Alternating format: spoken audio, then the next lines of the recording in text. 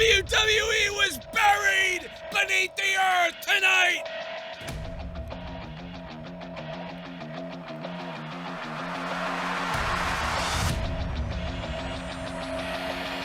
Holy shit!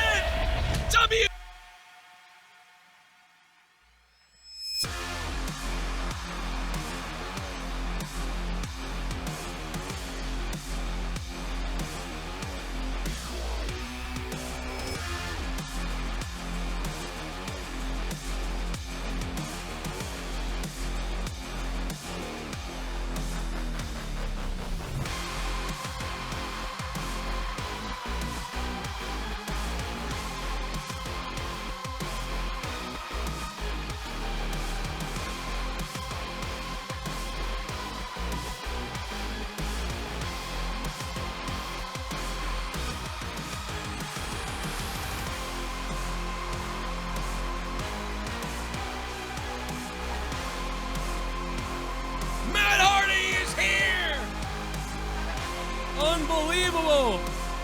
The Exalted One debuts! Matt Hardy debuts! AEW buries World Wrestling Entertainment into a goddamn ditch tonight! You found out tonight, Vince McMahon, you fucking idiot! What you can do with no audience, you fucking uncreative piece of shit, Vince McMahon! You fucking uncreative piece of shit, Triple H! The game! Vince McMahon! You fucking idiots! The WWE just got shit on tonight! Shit on! Shit on! Dumped on tonight by AEW! Good God! What a damn... Are you kidding me? That's even better than you could have done, than I could have done. And quite frankly, I'll be honest, I wouldn't have had the balls to debut him tonight. I would have said, can you imagine if we do this and he's up on the balcony, delete, and the crowd is just fucking freaking out? Can you imagine the crowd reaction if that had happened? It is a shame that did not happen in front of a crowd.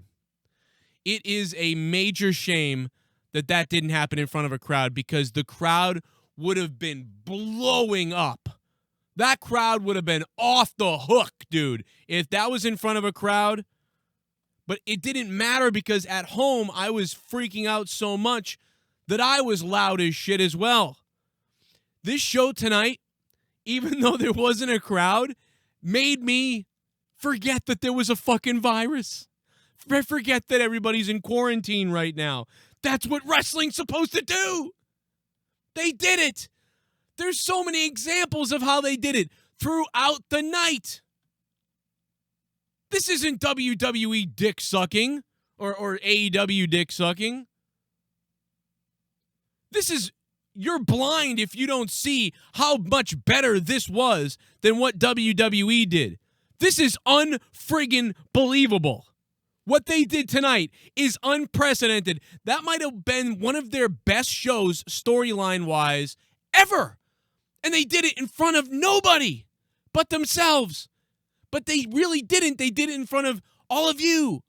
800,000 to 900,000 to hopefully 1 million people will see this.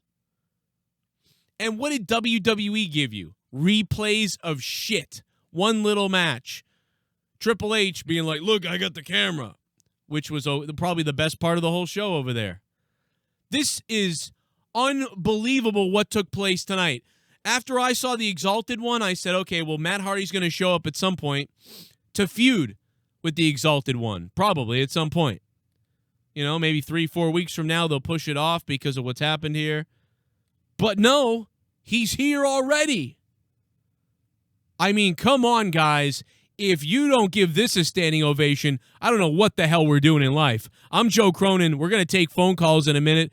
I'm going to have the phone number up on the screen. We're going to take your phone calls. All the donations are on. If you want to donate, the link to Streamlabs is down below. You guys fund my show, so it's up to you. You want to say something?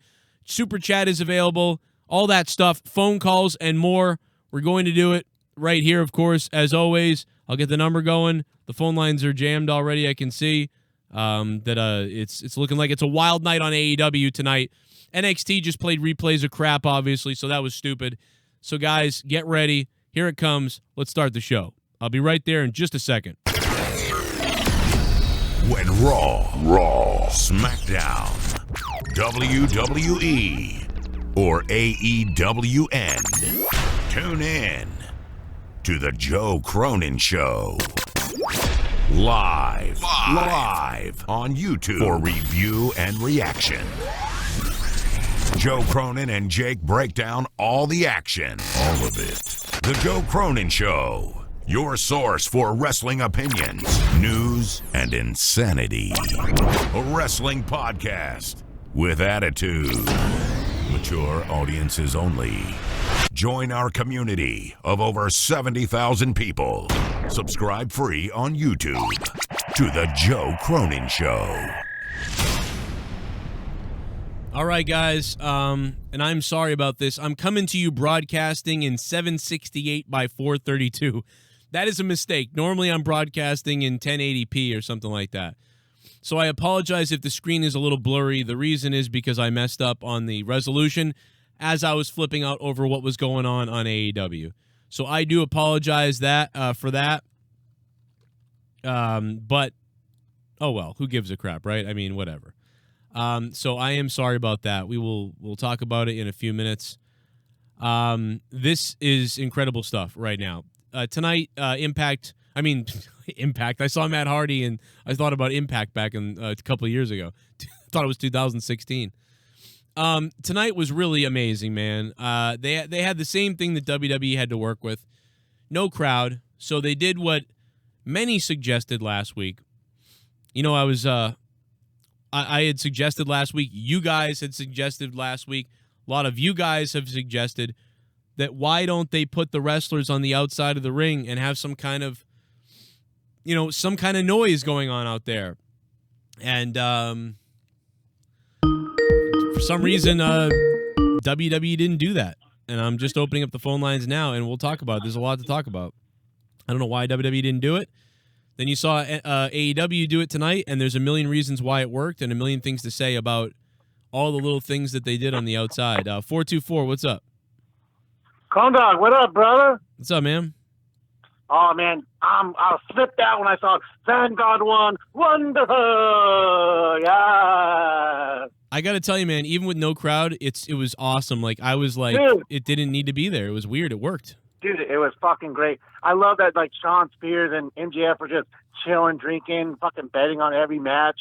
Like, it just added to it, and Colt Cabana's over there hitting people every now and then. And, oh, my God, this shit was big. And then Brodie Lee shows up, and I was like, oh, and then that little dig at Vince. And then, in the end, Vanguard 1 showed up, and I went, wonderful! Jesus. You know, by the way, Matt I Hardy. flipped out. I'm still flipping out. I can't help myself. Thank God for AEW. WWE can suck a dick, and I'm gone. Love you, brother. Yeah, wonderful. Oh, my God. Yeah, you know, I don't know if this is true, but a while back, me and Matt Hardy were talking about this music that we found on YouTube, and I had sent it to him, and I was like, man, this guy made, like, what he thinks your entrance music should sound like. And Matt Hardy was like, I love it. I hope I can use it. And he said that when he went to WWE when I was talking to Matt a couple years ago. Somebody correct me if I'm wrong. What music was that? It sounded like it was the song that we all talked about. And for anybody that was here, we played it on the air, right? Or it could have been the Impact music. I'm not really sure, to be honest, but I can't tell if that was the music that he had originally used or scored at some point with Rebby. But but to me, I was like, wait a minute, is that the music that he was going to use a while back? I can't even remember. Somebody in the chat tell me and let me know, because I just can't think of it right now. Are you ready for this? Are you ready? AEW tonight!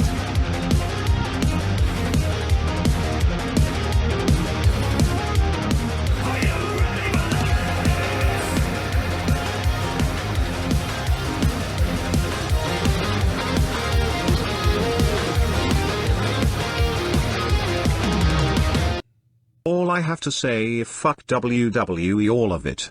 At this point, hearing of a 2-night WrestleMania PPV is complete bullshit. I don't even care anymore. Fuck you, Vince. AEW, now that was a show. Made SmackDown and Raw look even more pathetic. Yeah, Shell, thank you for the $11.50 in the donation. And again, I'm sorry that I'm broadcasting in such a low format tonight. Everybody in the chat, what did you give tonight's show out of 10? What did you give AEW tonight? I know you didn't watch NXT because it was all crap. It was the TNA entrance music, bro. Mr. Nice Guy, thank you. A lot of people are telling me that that was the TNA music. So that must mean that he purchased it or that he owned the rights to it in the first place or he won the rights to it anyway. And I don't know, stuff that we don't know about. You know, I'm not really sure. But guys, I'm telling you, it is such a shame that there wasn't a capacity crowd there for him to be just doing the delete. Like, that fucking crowd would have been fucking raging. Can you imagine if that was done in front of a crowd? It would have been epic. But you know what? Again, like I said, it was epic anyway. From the very beginning, Cody Rhodes and all the guys are standing there, the elite. They come out and they deliver that we're going to have this night tonight. We're going to do something the best we can. You know, screw everything. And all night long they had to maintain, I believe the ordinance might still be, is it 50 people or 25? I think it might be 25 people is the law, the rule right now, right? So they couldn't have more than 25 people gathered. So you got the ring crew and the bell crew of the like 5 to 6 people. You got the wrestlers in the ring. That's like 10 or 11 or 12. And then you always had another, then you had the 3 announcers. Then you had another 10 wrestlers outside the ring. And throughout the night, they would rotate people depending on what fit the best situation and who had interest in the matches and who was a heel or a face or involved in whoever that was out there. The stuff they did, I can't even begin to break down all the little nuances and all the little things that I saw. From MJF to them drinking wine and, you know, having food, eating food. Sean Spears having a little fucking takeout dinner while they're watching the show. They're having bets like the APA. They're placing bets, which is probably illegal to show, but whatever. They're placing bets on the matches. They got money. Tully's out there, for Christ's sake. Like, Jake the Snake Roberts comes in on this side of the ring and cuts a great promo. Jake Roberts' promo alone was better than anything on Raw. I can't believe that. Dude, he was even better than Stone Cold Steve Austin. And I love Stone Cold. Jake Roberts' promo was better than Byron Saxton and Stone Cold's weird fucking thing. Now, the shot of the crowd empty with Stone Cold and the shot at Byron, oh, hell yeah. Now, that was funny kind of, but it was really lame. This was, guys, they blew it away. They blew this away. They didn't even fucking just say, hey, we're going to go out there and we're going to do better than WWE. They didn't just go out there and do better than WWE. They went out there and blew WWE out of the goddamn water. Cody Rhodes stands in the ring with his stupid-looking trench coat, looking like fucking Doctor Who's like fucking dad or something, and he comes out there, and then they get Adam Page on the ramp, and are you going to be in it tonight? And are you going to be with us? And he's drinking beer still. The shots look so good. And I'm thinking that this is all they need to do. You know? Just entertain us. We watch movies without a crowd. We watch sitcoms without a crowd. Of course, there's a laugh track, but, you know, whatever. But we watch movies and dramas without a crowd. We watch the deletions without a crowd. We watch the final deletions and the deletions from Matt Hardy without a crowd. And we're entertained by those things. So Matt Hardy really couldn't debut at a better time than now, because you're seeing Matt Hardy debut at a time, a guy who is so capable and has been so capable and flawless in entertaining us with up to 10 to 30 minutes of content that has no crowd, including the deletions, the skits, and the behind-the-scenes stuff. A guy like that, like Matt Hardy, and with the compound that he has in the ring, all the possibilities there, he could not have come at a better time. And I think that while it would have been easy to hold him off and wait and see what happens, debut him at a better time, that this is actually going to help them greatly. Certainly they had the advantage of two major things debuting tonight. WWE didn't really have that, I suppose. But they showed you tonight, man, that you can do this and how well you could do it. So I thought the opening of AEW was pretty good. How they opened. I thought the first match was okay, in front of no crowd. And again, the nuances, the things going on the outside of the ring, it was okay. And then you get to Colt Cabana on the side of the ring. I thought that was just funny as hell.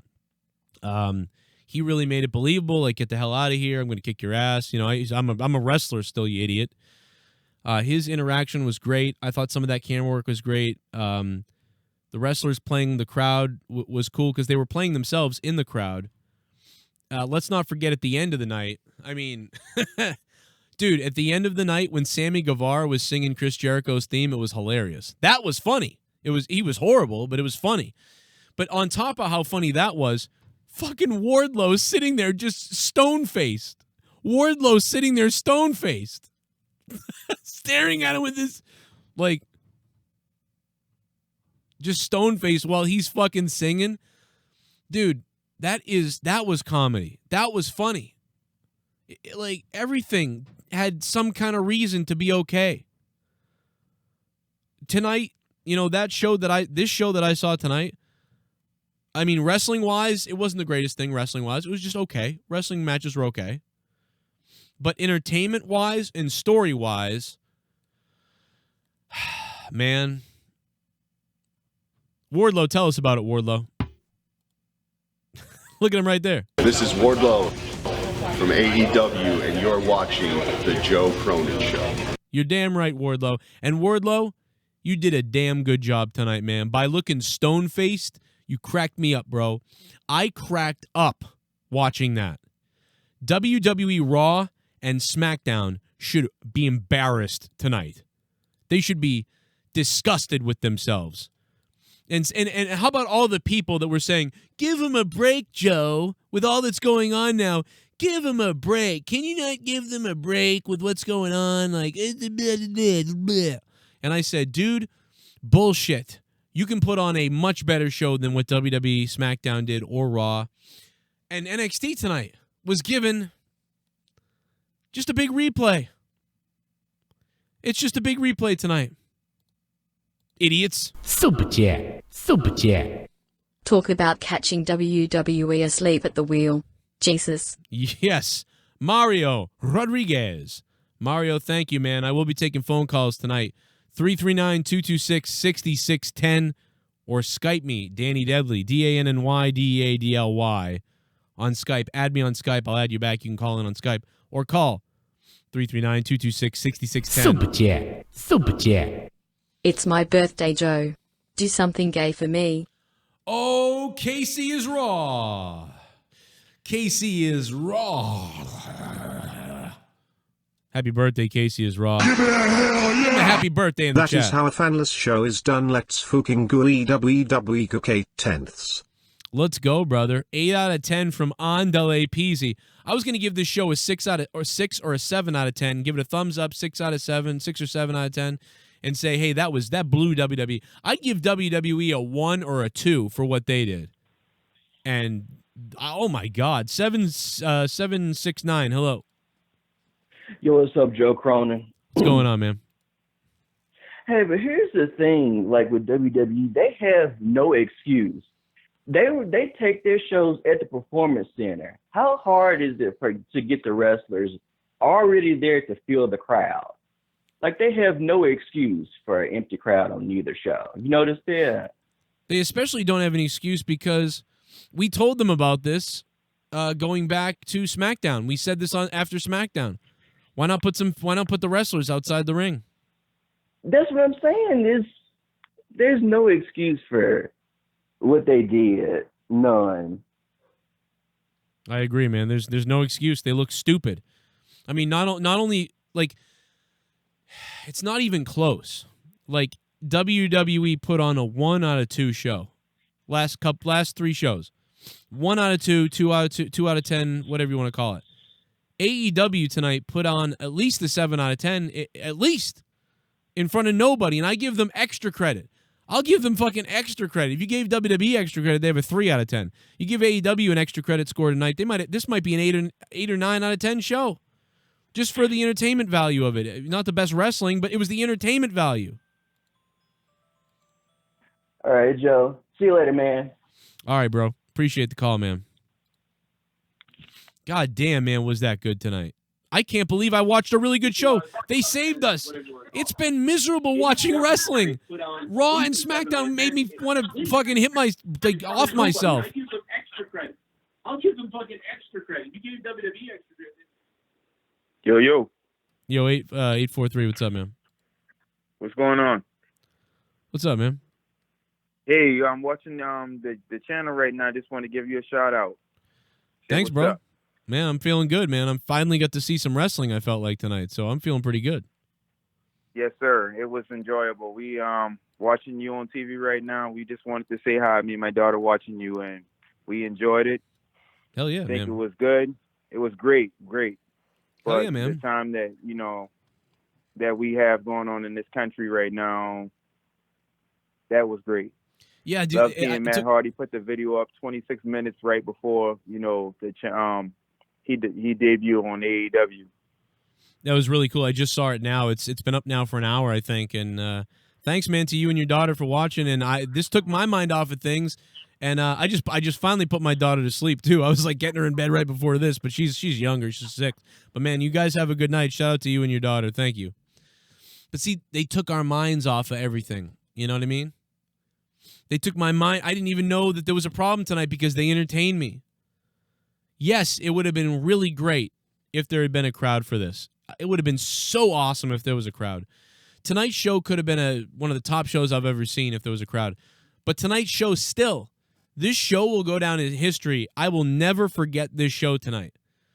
The WWE shows made me want to hurt myself, and I'm not joking. The 3-hour Raw made me want to hurt myself.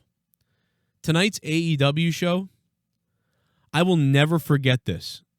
You will never forget this. We will talk about the night that AEW for the first time had to come on with no crowd, and they did all this stuff. Luke Harper, Brodie Lee, is here. He's the Exalted One. A great promo package, and it was well done. They messed up a little bit by cutting to him coming out, a little early. That was a bit of a mistake, a little tiny mistake, a little one, but it didn't hurt me. Luckily, I didn't notice it was him, and then I saw the video package, but it was great. And then people were mad that it wasn't Matt Hardy, and I'm like, dude, at some point, Matt Hardy's probably going to face the Exalted One, but this was so well done by AEW tonight. I can't believe this, and I'm no AEW cocksucker, because I've given them some bad grades, and then you guys have been mad that I didn't like the shows. Tonight, this was phenomenal. They just destroyed WWE tonight. 502, hello. Hello. Hey, man, what's up? Hey, yes. I'm wanting to say something about this also. My name is James Sweets. I'm from Louisville. What's up, man? And yes, sir. I'm wanting to say that tonight this was awesome. You said up to a 10. I would have to give it a 10 because of the entertainment. The entertainment was very, very good. And like you said, they took our mind off of what's going on in the world now.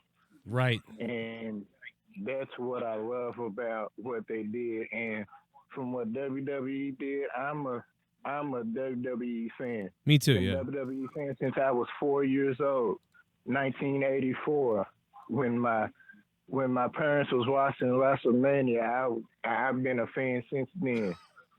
Hell yeah, man! I'm with you, man. I've been since 1988. I'm with you, and it sucks to have to say that about WWE. You want them to get better, but I know it. Yeah. But AEW, AEW did what Vince used to do. Exactly right. They surely did. You exactly right. Even though he has never been able to do anything on this caliber about what's going on in the world right now, but he still put on a show for us back then. Absolutely, man. And it was other things going on in the world that was still similar, but not as to the magnitude as it is going on now. Yeah, we've never seen anything like this. I mean, we've seen tough times, and we've seen, Sergeant Slaughter get threatened, so they had to change the location from Caesar's Palace. But we've never seen something like this. This is weird beyond belief, man. I thank you for the call, my friend, and I hope you guys subscribe. If you guys are new, subscribe down below. 978, what's going on, man? Dude, how hard is it for WWE to put on a good show? Like, what a shit show they've put on the past 2 weeks. The production of AEW compared to WWE is out of this world. Like, I can't even believe my mind, like, what I watched tonight compared to what WWE has put on in the past 2 weeks. Is Kevin Dunn back there with his buck teeth controlling the production of the show? Like, I don't understand who's writing this crap. Like, I'm literally at a loss for words. I don't understand because, we've given them ideas here. I've given them ideas. I've sat here and ranted on the things they could do. I've had friends do it. Jake DeMarco has ranted on things they could have done. JD from New York, my other friend, he's ranted on things that they could have done. Multiple people that I know. Dolly X-Man or whatever he calls himself now. I don't know what the fuck he calls himself now. He's ranted on things. My buddy Greg over there with the good mic, he's ranted on things they could do. Everybody I know has ranted and raved and given ideas, and WWE has decided to employ none of it. Not even putting wrestlers outside the ring. WWE is lazy and garbage, and this tells you how lazy garbage they are, because here you are, you got to get innovative, and you still can't come up with something. They are so piss poor. This has exposed them beyond belief. If you didn't know before, like, think about the WWE apologists, right? By the way, great call, man. I hope you call more and good stuff. If the WWE apologists don't see this now, like, shame on you if you didn't even peek at what AEW did tonight. Shame on you if you didn't take a look at what AEW did tonight. Because there is no chance in hell that you could possibly turn on this and not think that somehow WWE is lazy. WWE is lazy. The same rules applied to AEW tonight. They're the rules that apply to you, Vince McMahon. And at one point, you were the one that said, screw it all, we're going on and we're going to entertain people. And you came out on SmackDown and you delivered dog shit. You came out on Raw and you delivered about dog shit. And you came out on NXT. Oh, you didn't even come out on NXT. You didn't even come out. Here's a replay of this and that and the other thing.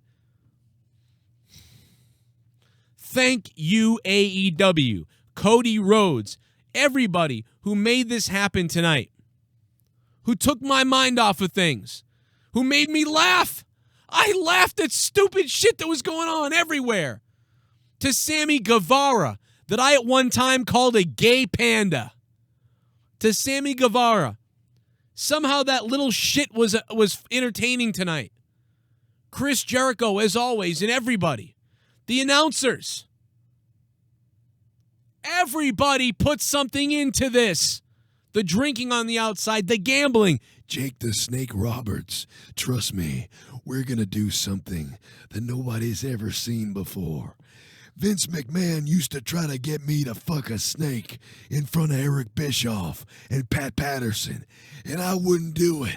And here I am in AEW, and I'm going to show you something you've never seen in your life, boy. Jake the Snake Roberts' promo tonight was better than all of SmackDown. I'm going to the phones again. 606, hello. Hey, yo, Joe, it's Dale from Ringside Republic. What's up, bro? Oh, my God. What's up, Dale? How you been, man? I've been good. How are you, brother? I'm a lot better now. I finally saw a wrestling show tonight.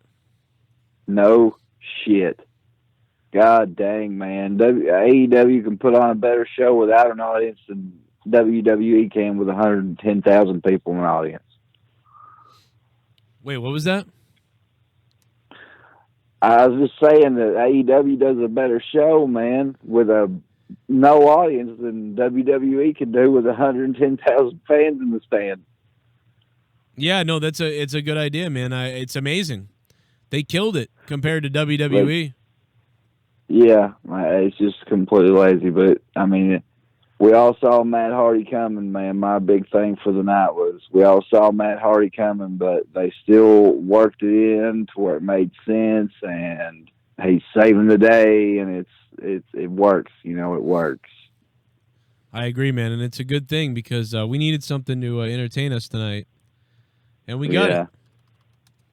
Absolutely. They did their part, man. They did their part. Yeah, I appreciate it, man. And Dale, how's the wrestling stuff coming? I'm training. So far, they haven't canceled the tryout. So here, week after next, I'm heading up, man. Going for it. Hell yeah, man. Dale, good to hear from you, my friend. I hope you call up more and hit me up. We can do some podcasting or something. I'd love to do it. And remember when I told you guys that Ryan Satan was a piece of garbage? Been saying that for years. Here he is, the WWE shill himself. But I thought Ryan Satan was a guy who loved SJW stuff and a guy who loved all the new progressive things and all that stuff. Oh, all of a sudden he loves WWE though. That's right. He's a full of shit soy boy psycho bitch. I realize AEW had wrestlers at ringside tonight to enhance the wrestling. Blah blah blah blah blah blah. He says the government has been telling people that gatherings should have as few as possible with 6 feet of social distance if you can. Starting the show saying don't live in a prison of fear, having an audience sit closely with each other, and booking a lumberjack send a bad message, IMO. You know what, Ryan Satan? You crooked-toothed, psycho-liberal, progressive, cancel culture, piece of crybaby weird shit who goes to sex parties and acts like a weird fuck when people put condoms over their bodies and fuck each other and butt pump in front of children. I think you should take your crooked, stupid fucking teeth and shut your stupid mouth and crawl back into whatever fucking goblin cave you came from, Ryan Satan, you piece of shit garbage asshole who blocked me on Twitter because you're a scared little bitch boy from Hollywood where they gather children up to fuck them. Oh, fuck yourself, you fucking TMZ shill piece of shit. Super Chat Party. What a way to steal the show. The real YT, thank you for the $1.99, my friend. What a way to steal the show. The real YT, thanks for the $1.99, man. I mean, hey, dude, I've been having breathing problems all week, for Christ's sake. And here I am. I'm running out of breath right now. Fucking banging my chest. Fuck, I mean, maybe I do have the corona, fucking for all we know. 419, hello. Hey, what's up, Cronin? I just want to say that the fucking show tonight, the AEW show, was amazing, and I just want to say that Ryan Satin's a fucking faggot queer. Fuck him. God. Oh, my God. Oh, I'm sorry. That Pour was me a beer. You've got a new subscriber. Oh, no. That was too far. That's fucked up, man. We love the gays here on the show. But Ryan Satan is a scumbag. I will say that. Oh, man. There it is. Wonderful. Matt Hardy is in AEW. Chat Party. While WWE is running in circles like morons, AEW went for the jugular. No mercy. While WWE is running in circles like morons, AEW went for the jugular. No mercy. Ratnick, that is a great perspective, man. Running in circles. That's hilarious. That is basically what happened. Unknown caller, hello. Hey, Joe, what's up? What's up, man? How you doing tonight? Nothing. AEW was awesome tonight, but NXT, like, they needed to show me something, and they just didn't do nothing. They didn't do a damn thing over there. And if it stays like this, I honestly see AEW just dominating, like, weekly. Yeah, they would dominate for sure. Speaking of dominating, how about those 20 black guys that dominated Tarr? Oh, no, Drew. No! No! Tarr, Drew's wife? Not again! Not again! Son of a bitch! Mustafa, how you doing, man? What's up, Joe? How you doing, man? Good. How are you, sir? Oh, God, in quarantine. Oh, I mean, I'm kind of like that, but I mean, for real or for just you're just staying home? I mean, the funny thing is that, again, like, even with the warm weather that's, like, coming in and out, it's barely doing nothing over here. I mean, even by the time it is summertime, it's not going to mean crap.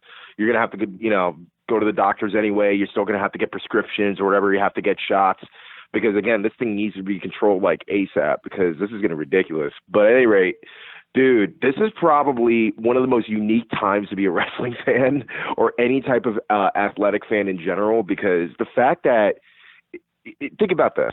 Isn't it sad that AEW can put on not just a better show as far as story-driven and the fact that they're still able to have talents available to at least represent the crowd to get at least some type of reaction, and yet WWE can't even do the same, let alone just show us, like, box footage? Dude. Because, again, it's insane because I'm like, yo, like the fact that like they could still put on a great show, let alone have not one but two surprises of former WWE employees show up on their program, and yet we're still going right into blood and guts next week. And that's actually one thing I want to actually ask you. How are they going to do that? Because I don't even know if they're going to be able to maneuver that in the arena that they do have. They probably could, but, how do you see that taking place? How they could move to another arena? Is that what you said?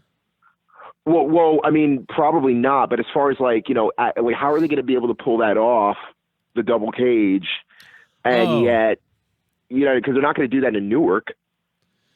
Well, I mean, it might be in front of nobody. It might be in front of no crowd. I mean, it'd be interesting as hell. I mean, based on what I saw tonight, tells me that they're going to be a lot more confident in their product because they were able to entertain people in the right way, whereas WWE is in trouble. 203, hello. Hey, what's up, Joe? How you doing tonight, brother? Good. How you doing, man? Good. Just wanted to say awesome episode of Dynamite, and I'm not too sure if you heard, but I actually got inside detail of how Ryan Satin got his job on that little Fox gig. I was told he was interviewing with Vince McMahon. Vince McMahon tossed in some Mentos, walked out of the room. Pat Patterson walked in, and the rest was history. And Fuck you, Ryan Satin. Fuck Ryan Satin. And the joke, listen, the joke was on Patterson because normally he has to really finagle things and maybe get a guy liquored up or something like that before they sign him. But Satin was ready to go. He was like, no, I do this all the time. And fucking gobbled Pat Patterson's balls. Here we go. I'm about to get it, man. Unbelievable. Here we go. About to get it, man. Here we go. Oh, no. Oh, no. We may look back on tonight and say this was the night AEW took WWE's place as top wrestling promotion. 10/10 thanks AEW for making us all smile again. I want to thank AEW for putting on finally a real wrestling show tonight. The best they could in front of no fans. This proved to you tonight. Where is Jim Cornette? Guys, I want everybody to tweet Jim Cornette tonight. If Jim Cornette doesn't say something nice about this, then I don't know what's wrong with him. Because tonight, AEW put on a real show. And compared to WWE, this ain't nothing. Even Jim Cornette has to say that this was good tonight. He's got to. Thank you for the donation. Thanks to AEW. What if the turkeys ate Turkey bomb! What if they filleted us? What if they killed us? We've had 100 people subscribe tonight, too.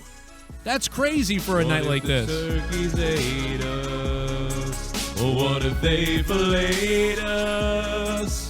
if the turkeys ate us, if they had to hate us. The Thanksgiving was a little bit different. Instead, the turkeys ate us. They gobbled us apart. But first they'd eat our nuts, and then they'd eat our blood. The turkeys ate us. What if the turkeys ate us? What if the turkeys ate us? What if they ate our fucking nuts? What if the turkeys ate us instead of mashed potatoes? Instead the turkeys ate us. The sound wave. 10 out of 10. Matt Hardy and Brodie Lee both are AU. Best show they have had even without a fucking audience. They buried the WWE creative and Vince McMahon and the coronavirus. This is how you book a show without looking like a bunch of idiots, Vince. Unbelievable. You're correct to the Soundwave 92. I want to thank you guys for making my night tonight. Not only with the donations, the 130 subscribers, the people partying right now on the phone lines. The phone lines are jammed. We're having a goddamn party tonight in celebration of AEW. Unlike WWE, being able to put on a show in front of nobody and entertaining us. Luke Harper, Brodie Lee is in AEW. Matt Hardy is in AEW. Oh, a little bit of the bubbly. That's it. Want some bubbly? Look at this stuff. Oh, a little bit of the bubbly. That's it. Could you imagine if there was a fucking crowd how epic tonight's show would have been? Oh, man. 9/10 show for Matt Hardy debut alone. WWE fucking sucks. NXT is stale. Let's go. I agree, man. Can you imagine Mike Amelto if there had been a crowd tonight, the roof would have come off the crowd. Would have come off the building, rather. There's no roof. Well, the roof over the crowd would have come off.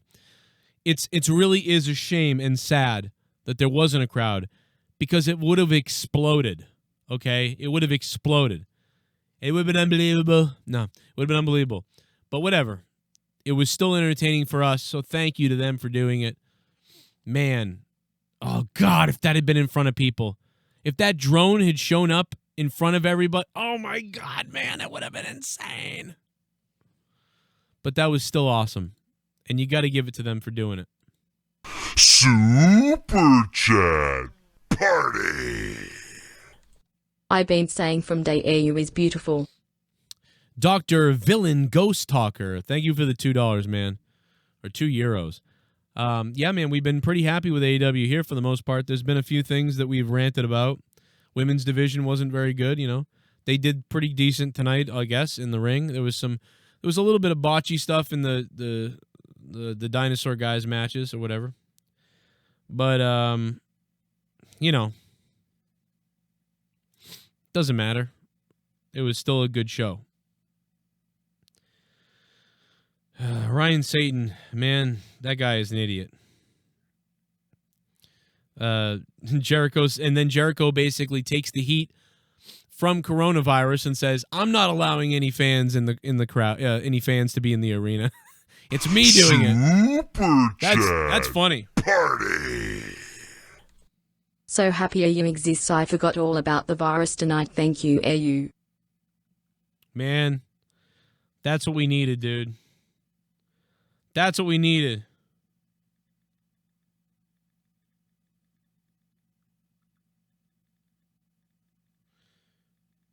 Man, it is Jay Frost. Thank you, Jay Frost.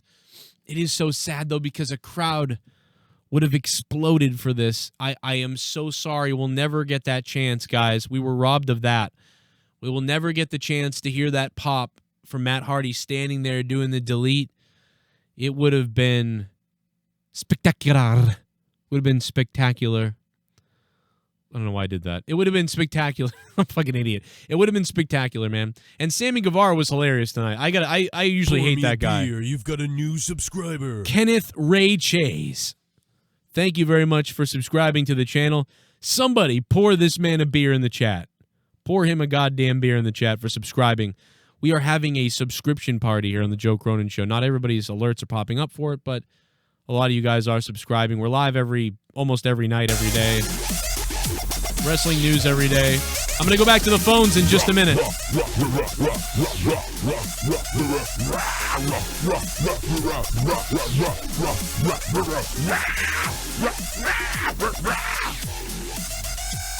The coronavirus. No offense, as good as AEW was, NXT wasn't bad either. It was not stupid crap being replayed, but you didn't watch so you wouldn't know. It was a documentary on Gargano and Ciampa's feud along with an inside look at the minds of Finn Balor and Rhea Ripley. You know, I saw that, Y Society, a little bit, but I turned it off because I just was like, all right, I don't want to watch a documentary right now. But to me, but yeah, no, I take that back then. I'm glad you told me about that because I didn't know that. I just thought it was all replays of the past history. And they were doing a little story building. Super Chat I don't know. Didn't interest me enough. I can watch it anytime. The music was his, not TNA. The music was his, not TNA, someone says. So people are kind of disagreeing with each other. If that was his music, that's the music that, I swear to God, that's the music we sent him, that we talked about, me and Matt talked about a couple of years ago, but when he was going to debut in WWE. Was it TNA or was it his own music, guys? Let me know. And if not, I'm going to go back in my show and I'm going to find the episode where we played the music that I said Matt Hardy should have. And then I'm going to watch that and I'm going to see if that's the music because I swear to God it reminded me of it. It may not be, though. Rob Gronkowski hosting WrestleMania. I mean, whatever, man. WrestleMania is in trouble. This is a mess, too. I mean, it breaks my heart, man. It really does. This is terrible. WrestleMania in 2 locations, all these problems. Oh, breaks my heart, bro.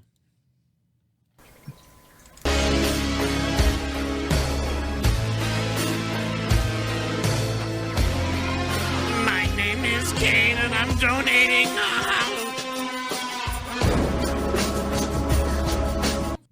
I give tonight's show an 8, which is the highest I've ever given an AU show. It was just a great fun show that I could chill and drink to.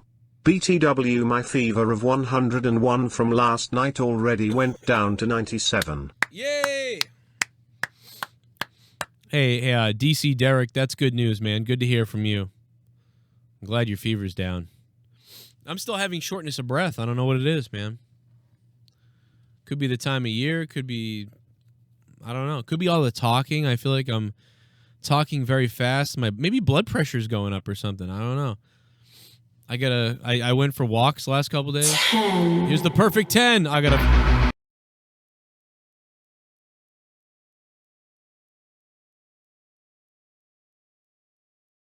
mute the music. WWE's been hitting me with the copyright on this one, so.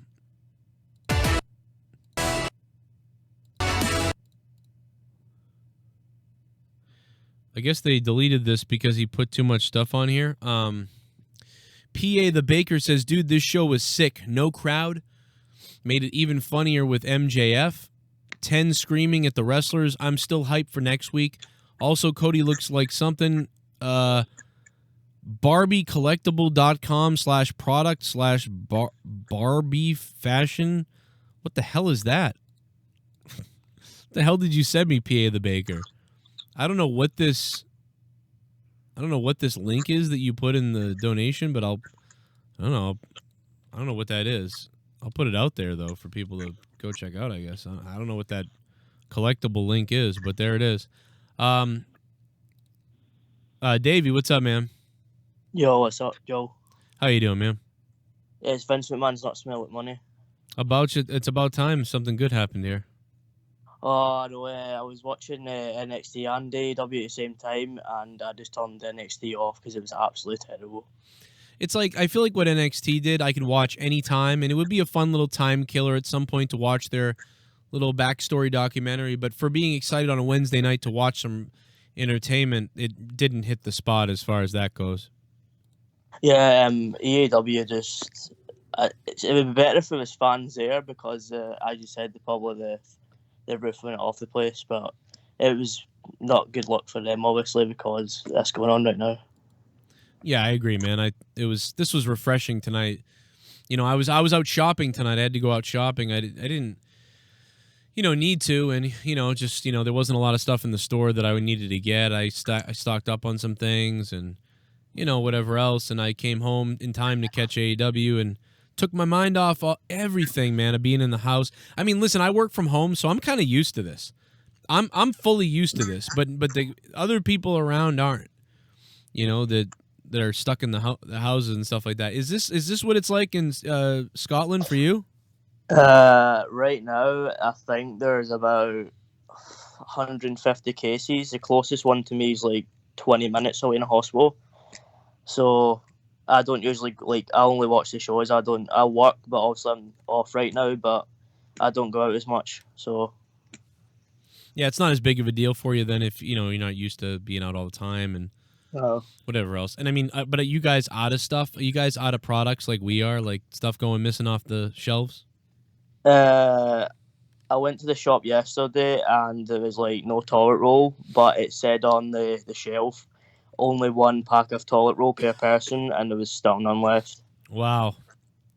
They're not limiting anybody here, but you might get your ass kicked here though if you carry more than 3 bags of it or something. But yeah, there's no limit right now. But I mean, there's a people. The people will limit you for it though. Here, they'll be like, "What the fuck's wrong with you?" But no, it's there's none here either. Although I have some because I stocked up months. Yep. I just always have it because I always thought about this, and it's so weird that it happened. It's bizarre. I wish it didn't, but my mother used to laugh at me. She used to be like, "What are you doing? Why do you have 5 stacks of toilet paper in your basement?" And I'm like, just something happens, we got some. And that was 5 months ago, I think she said something like that, and it's just bizarre. But yeah, man, what would you give tonight, man? Do you think tonight was one of their better shows ever? Are you surprised they were able to put on such a decent show? And what if they didn't have Matt Hardy or Luke Harper showing up in AEW tonight? How would the show have been even without them? I thought it would have been pretty decent without them even. Yeah, it was decent, but as I said, Matt Hardy and Brodie Lee, it's just topped off a 9. I would probably give it a 9 out of 10. Yeah, man, I got to give it to you. Cheers, my friend. Thank you for calling. Right, cheers, bye. All right, later, man. Davey, all the way from Scotland, calling up, and always appreciate all the Scottish friends. It's like 4 a.m. there, so appreciate the call.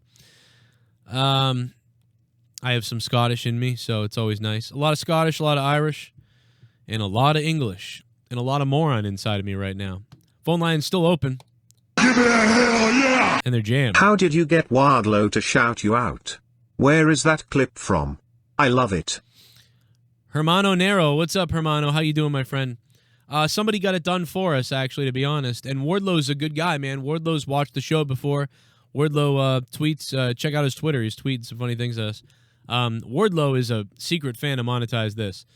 But that being said, Wardlow, man, you nailed it tonight. If you are watching Wardlow, man, were you funny as fuck, dude. When Sammy Guevara was singing that shit and Wardlow was just staring at him like, what the fuck? Like, dude, I was popping like a maniac. I hope that, I hope that lots of people end up sending in their reactions for Matt Hardy showing up tonight so AEW can experience that if you did a reaction because, wow, it was good.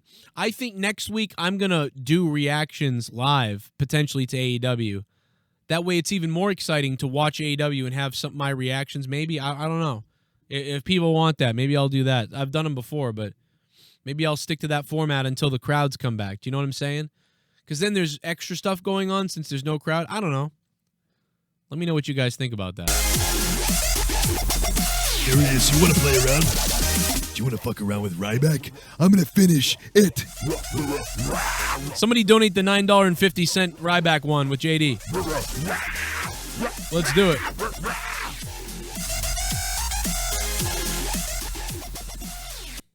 Unpopular opinion, while better than WWE AU was just okay. I liked Brodie Lee and Matt Hardy, that was it. I was bored the rest of tonight. MJF was okay though. With TakeOver being cancelled, the documentaries/promos tonight made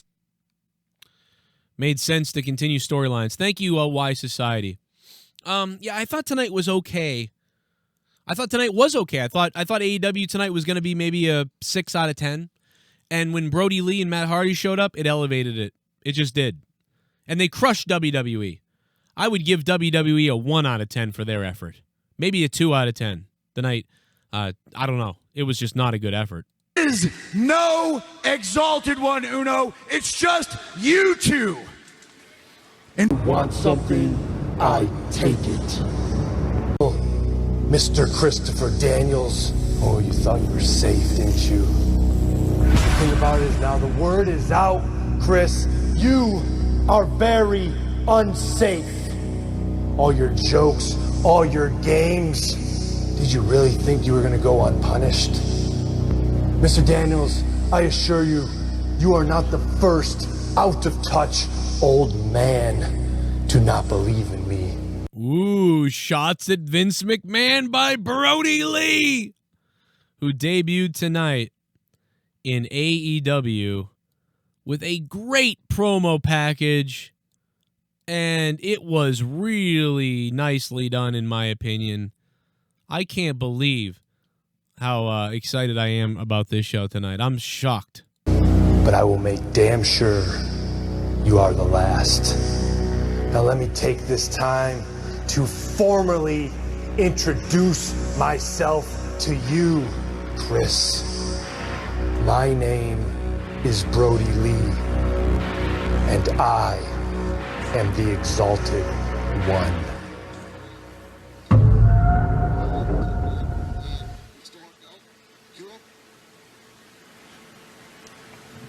what the heck?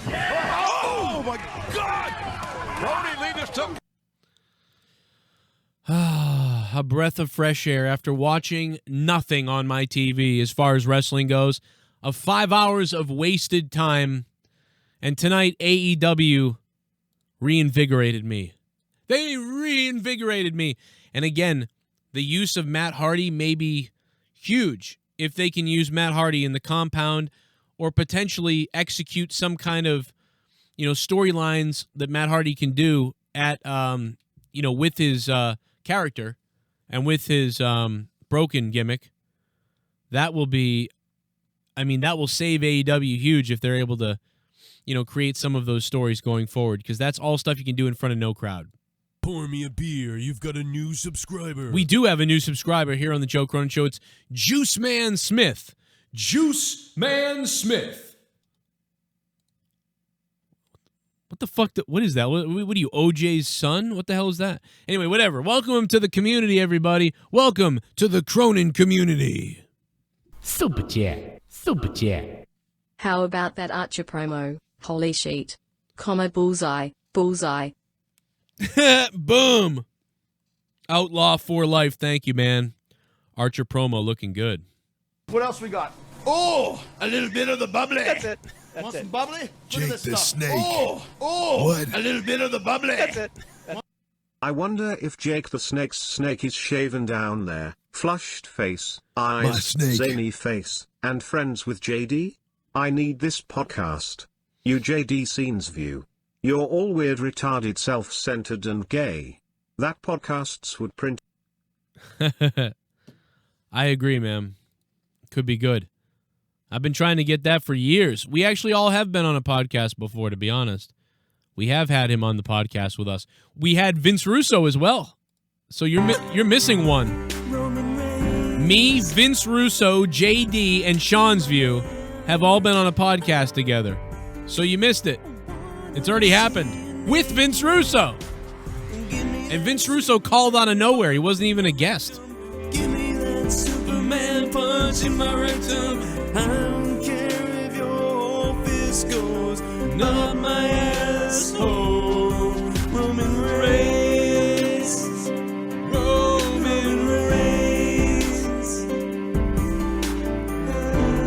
9/10 for AEW tonight, even without an audience. Was really good. Didn't even watch NXT. Imagine the pop for Matt Hardy if there was an audience. That it would have been deafening in there if there had been an audience. Thank you very much for the $14, man. Breaking Oz, for keeping me alive, especially locked in here, unable to do anything. I can't do my other job. So thanks for the $14, Breaking Oz. I can't do my part-time job, my other job. I have to sit here. I can't go to work. I can't go to my other work that I don't really talk about, but I can't do it. Can't even do it. I'm fucked. I'm sitting here, and I have to fucking hope for the best. 307 is on the phone. How you doing, 307? Hey, Joe. Hey, what's going on? What, Joe? Man. Good show tonight, huh? Yeah, Bill is in Raw. Matt down. Oh, it was way better. You're right. I mean, come on. Those put me to sleep tonight was actually exciting. Yeah, Joe. Yes. What going on with NXT TakeOver? Do you know? There's going to be no takeover now. Takeover for WrestleMania week is canceled. Oh, God. I'm sorry. I just tell you today, but no good WrestleMania now. Yeah, WrestleMania now it's going to be 2 days, and I don't... It can be a shit show. Oh, yeah, dude. Joe. Dude, it is... Listen, I don't want it to be. It probably is going to be a shit show. But, I mean, I think it will be better, I think, than SmackDown and Raw. But, I mean, I don't know how much better it can be. It will be so weird that it's WrestleMania. And thank you for the call, man. I appreciate it. Love you, buddy. Tonight also was exciting just to see the pyro go off. Dude, it was exciting to see the goddamn pyro go off at the beginning of AEW in front of nobody. The pyro going off in front of nobody was exciting tonight. Explain that to me. Explain that to me. Pour me a beer. You've got a new subscriber. Lou, thank you very much for subscribing to the channel. What's going on? How you doing? How's everybody doing? Ohayo gozaimasu. Konnichiwa. Ohayo gozaimasu. Hola. Buenos noches. Ni hao. Here we go. I'm about to get it, man. Here we go. About to get it, man. Here we go. Here we go. Here we go. Oh, no. New Zealand serving apple-flavored horse semen shots. New Zealand serving apple-flavored horse semen shots. I suck them down. I suck them. Put them in your mouth and suck them. Come on, baby. I suck them all down. I'll suck down them semen shots. I'll suck them. I'm suck them down so good. I'll suck them down. Eat my wood. AJ Adams, thanks for the $5, my friend. You are without a doubt a beast. 865 is on the phone right now. What's up to 865? Brother Cronin, it's your brother Bark Dog from the 865. How's it going, brother? Yes, wonderful. Hey, I'm telling you, life right now, it might not be so great for other people, and they're my prayers and thoughts. But for me right now, life is wonderful. Yeah. Yes. How you doing tonight, my sir? Goodness. I Finally. can't believe how they pulled that off. It's kind of amazing, man. It's kind of amazing after you see such a shit show from WWE that they were able to do what they did. Now, I wasn't that mad about SmackDown last Friday, the first night with no fans. I wasn't super mad about it. They did what they could, whatever. But, yeah, man, tonight, holy shit, my adrenaline is flowing. I'm pumped up. I damn near broke the fucking house down whenever Vanguard 1 appeared. Mm-hmm. Woo! Yeah, dude, I damn near broke it down as well, man. I'm down with you. I'm feeling it too. Well, I'm gonna keep it short and sweet, man. I love you. I love your channel, man. You always seem to give me, and I got a little brother here. He calls in from time to time too, from 865. We both appreciate you. We look forward to your shows every night, man. Keep it real. Keep doing what you're doing, man. Hey, thank you, man. I appreciate it. Thank God we got some entertainment tonight. Appreciate it. Appreciate the calls. And again, I'm so thankful that tonight we finally got some entertainment. And I want to thank Maxwell7 for subscribing and Trent65 for subscribing as well to the channel. Much appreciated. Much thanks. And I want to say, finally, my friend, the guy who has entertained us all, man, Matt Hardy, I can't wait to blow up your damn phone tonight because I didn't know it was coming tonight. And I especially didn't know it was coming under these circumstances. So, Matthew, boy, you're going to get some incoming from your old pal Joe Cronin tonight. I am the great leader. I am ready to follow the great leader once again. Okay? I'm ready to go. I am ready to do this. I am psyched to do it. And at one point, Matt Hardy sent me to war for him. And now, guess what? I am once again, easily, very easily, Matt Hardy, I am ready to go to war for Matt Hardy once again.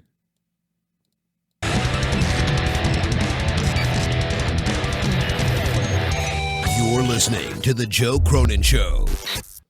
I'm standing here with the master and the commander, the one who leads the great war, Matt Hardy. Yes, this is my dear loyal lieutenant, Brother Cronin. He's a good man. He has rallied up his troop, his platoon, his fleet in the Great War. And you must understand, all Brother Neros, they must face the darkness of deletion. They must. It is a mandatory. We will turn them all into obsolete mules. And then I will eat them. And then I will eat their pets. Yes! Mr. Cronin, yes. Please, follow suit. March into the Great War Zone. Yes. And please continue our mission statement. Yes! Yes! Let's eat their fucking pets! Eat their pets! Eat their pets! Eat their pets! Eat their pets! Pour me a beer. You've got a new subscriber. Dizzy Cat has subscribed to the channel. We all salute Matt Hardy, and we will eat their fucking pets alive. Woo! Dizzy Cast, thank you for subscribing to the channel. Who is ready to do this? Who is ready to explode? Super chat. Hey, you got me excited for next week episode, not WWE. Woo! Da Machete. Thank you for the $2. I am excited. I am excited. And tonight we may even be joined. We may even be joined tonight by somebody named JD. Bit of the bubbly. That's it. Imagine saying you're a news channel then reporting on toilet paper bouquet, smiley face, smiley face, smiley face, smiley face. Oh, man. Reporting on toilet paper. It's unbelievable, but they do it. They're freaking out over that, talking about toilet paper. But we're going to need it soon. I mean, by the looks of things, get them all down there. Oh, Cobb in the chat, he wants to eat people's wives. I mean, listen, I'm down with that too. But I have a wife already.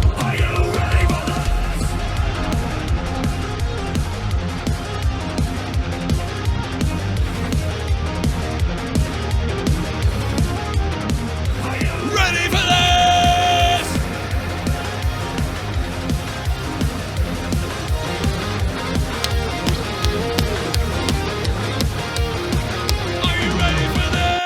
Tonight I was entertained. AEW tonight did everything right without a crowd and surpassed the expectations. Amazing promos and backstage footage. 8/10 hashtag free the delete. Omar, we gotta free the delete. We have freed the delete tonight, Omar. The deletion has been freed. We have freed the delete.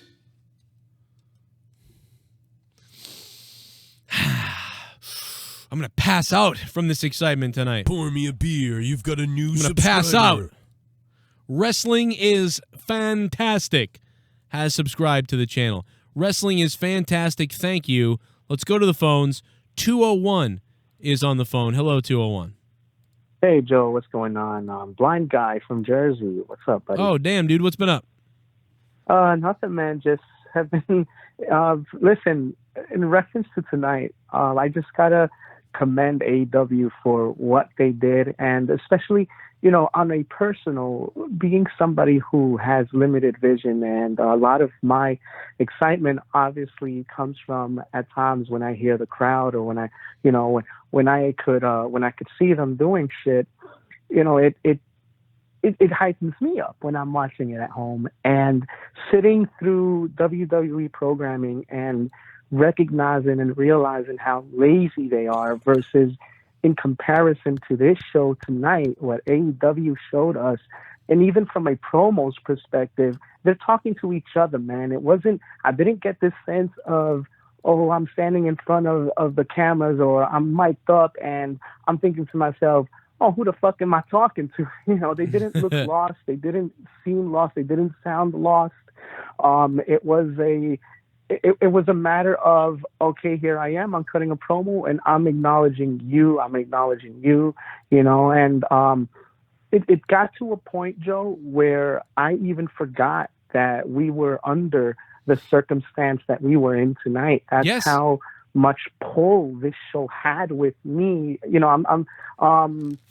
It was amazing. It was amazing. The debuts, like you said, to quote you, Joe, it would have definitely have been better if Matt Hardy could have debuted with that audience roaring and shit, right? Obviously would have made it more momentous and more of a special situation. But given what they had, I just couldn't believe it. I could not believe what they presented us with. And again, personally, that resides with me so much. It really does resonate. Yeah, it's I could see how you feel even listening to it. It's more, and I know you can see a little bit, but even hearing Vanguard 1, the buzzing of the drone, you could probably hear that going on. You probably knew you probably knew what that was right away because you could. Oh, exactly. Yes. So yeah, man, that's really cool, and I think everybody's in agreement that tonight this made you like, oh my God, this was a real wrestling show, and like all you need to do is entertain people. It's not even about the wrestling all the time. Wrestling is about the story and entertainment and the wrestling, and sometimes you don't have to have the wrestling, and they did it tonight. Crazy enough, a company like AEW, who's usually priding on the physicality in the ring mostly, was able to do the opposite tonight, and that's kind of incredible. I mean, they did have some debuts that did help. It probably can't be as good maybe the next week's, but they did a damn good job. Even Jake Roberts' promo alone I felt was almost better than anything WWE did. And that's another thing that personally, again, resonates with me, is because I got a chance to meet Jake Roberts, and I know he gets mixed reviews from people, and I think it's like that with anybody who's famous or who has a name out there, right? Some are going to call you an asshole, and other people are going to say that you were a pleasure to meet. So, but for me, he treated me very, very well. We had a few laughs together, and he was very, very nice to me, and my friend Chris, who went with me as well. So a real pleasure meeting the guy. So now when I see him and other people whom you get to share some time with, you kind of see them differently. You know what I mean, Joe? Yeah, no, I think that Jake Roberts wasn't very good to me when I met him, really, but he wasn't bad. But I love him. I love him anyway. It didn't matter. It wasn't the best, but he was still nice, and I didn't have the greatest experience, but he was nice, and he wasn't a dick or anything. And I don't care if he was a dick, because I still love him. It doesn't matter if I caught him on a bad night or something. I agree with you. I love Jake Roberts, and I've only met him once, you know what I mean? I could meet him a million times. It would be different every time. I love Jake Roberts. He did a great job tonight. The only guy that was ever a cunt was Raven. Raven was a real piece of shit. 708, hello? Yo, Joe, it's Gio in the house. How you doing, man? I'm doing good. Just a great Dynamite show tonight. Gave it a 9 out of 10. But there's just one little thing I've noticed about the show tonight. Yes. We don't know if there's going to be an actual Dynamite show next week, because they kept saying on the next Dynamite, meaning, are we even going to have a show? And if we have a show, Is it possible you can think they could possibly have the blood and guts at the Hardy compound? It's possible. It is possible. Or I would think they would do it from here, from the same place here, this amphitheater or whatever, because like Tony Khan's family, they own this place, right? So they can, as long as nobody else can hold anything there right now, so they can use this compound anytime they want, or this area anytime they want, and the Hardy compound, they could use that to film some kind of episode or episodic thing there. So every week we could rely on a 10 to 15 minute Matt Hardy video, potentially bringing his creativity weekly to AEW. That could even lead to a deletion, and if eventually the deletion happened, it'd be fine because that's how they normally are anyway. So there didn't need to be a crowd. So it sucks that there wasn't a crowd there tonight to experience that, because it would have been it would have been loud as hell. It would have been amazing. That would have been one of the most amazing moments. That would have been like Scott Hall and Kevin Nash kind of showing up in WCW. Not quite like that, but it would have been on the idea of that to me a little bit. And that would have been really cool. But anyway, they entertained the hell out of us tonight. That was so good. And yeah, they could run with Matt Hardy whether he has a crowd or not, because a lot of his entertainment isn't in the ring. It's the stories that he's been telling in the promos he's been cutting in these edited videos that he's put out in the last 4 years. Exactly. And you can use that to their advantage at this time, since we don't know when the next wrestling show is going to be, or we could see a Dynamite next week. We don't know. Can you imagine Matt Hardy versus Jericho in some kind of deletion? Like the stuff, like Jericho being like, "What the hell is that?" And Matt Hardy being like, "It is the ore of sanctity." And just Jericho interacting with all that deletion type stuff and being attacked by Vanguard 1 or something. Just all the stuff you could do. Like, dude, this is huge for them. Mm-hmm. And one last thing, if you notice that they threw all of their stuff all at once, because like I said, next week we don't know, but it's a good thing they threw out Matt Hardy, they threw out the Brodie Lee, they threw everything, and I flipped back to NXT for 1 second. I'm like, oh nope, back to AEW for the rest of the night, and it was a good, and I'm glad that they utilized the wrestlers in the crowd, because it made it really entertaining for us to watch and interactive. So that was a big thumbs up on their part. Yeah, man, I agree, and it looked good. I'm surprised. I thought it might be stupid, but it wasn't. It was surprising, and it was still fun. I'm amazed at that. You know what I thought would have been interesting too? Another thing that would have been interesting. Yep. If you could have grabbed a crowd reaction from stock footage that you have, and put a green screen around the ring, and put people in the crowd, and how ridiculous that would have looked. But no, thank God they didn't do that. It looked great. It was good. This was one of the best AEW. I thought it was one of the better AEW shows I've ever seen. It wasn't even, to me, this wasn't even middle of the road and worse. It was above middle of the road tonight. And the fact that how did they do above middle of the road with no crowd, and yet WWE is the bottom of the barrel right now. And that's what I thought. I was cringing right at the get go when I saw nobody there. I'm like, uh-oh, what are they gonna do? And then as the show came along, I'm like, oh, this might be good with no crowd, but a lot of interaction. So hey, big ups to them. Unbelievable. Yeah, I agree. It's good shit, man. Thank you for the call. Great stuff. Let's go back to the donations. Tons coming in. I thank you guys for supporting me during the coronavirus while I sit here at home, unable to go out to do my other job or do anything else. Luckily, this is my main job now, so thank goodness for this, because I even know people where I used to work where they're not there right now, so that's pretty crazy. Roman Reigns, you're my man. I wanna see you naked. Give me that Superman punch in my rectum. Give me that Superman punch in my rectum. I don't care if your whole fist goes up my asshole. Roman Reigns. Roman Reigns. The episode for you JD Scenes Views and Vince Russo was Out of Nowhere episode 10. Go to 1 hour and 15 minutes into the show where Sean is going off and you boot him for Vince Russo. Again, Out of Nowhere episode 10, 1 hour and 15 minutes. I do remember that. It was Out of Nowhere, episode 10, and yeah, it was it was so funny. We booted Sean's View. Nebbit the Jew. Thank you, Nebbit the Jew, for the donation, man. What's up, Nebbit?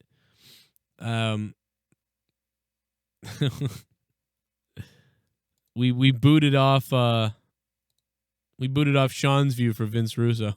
It's pretty funny. All right, here we go. Let me see if I can find it because it's funny.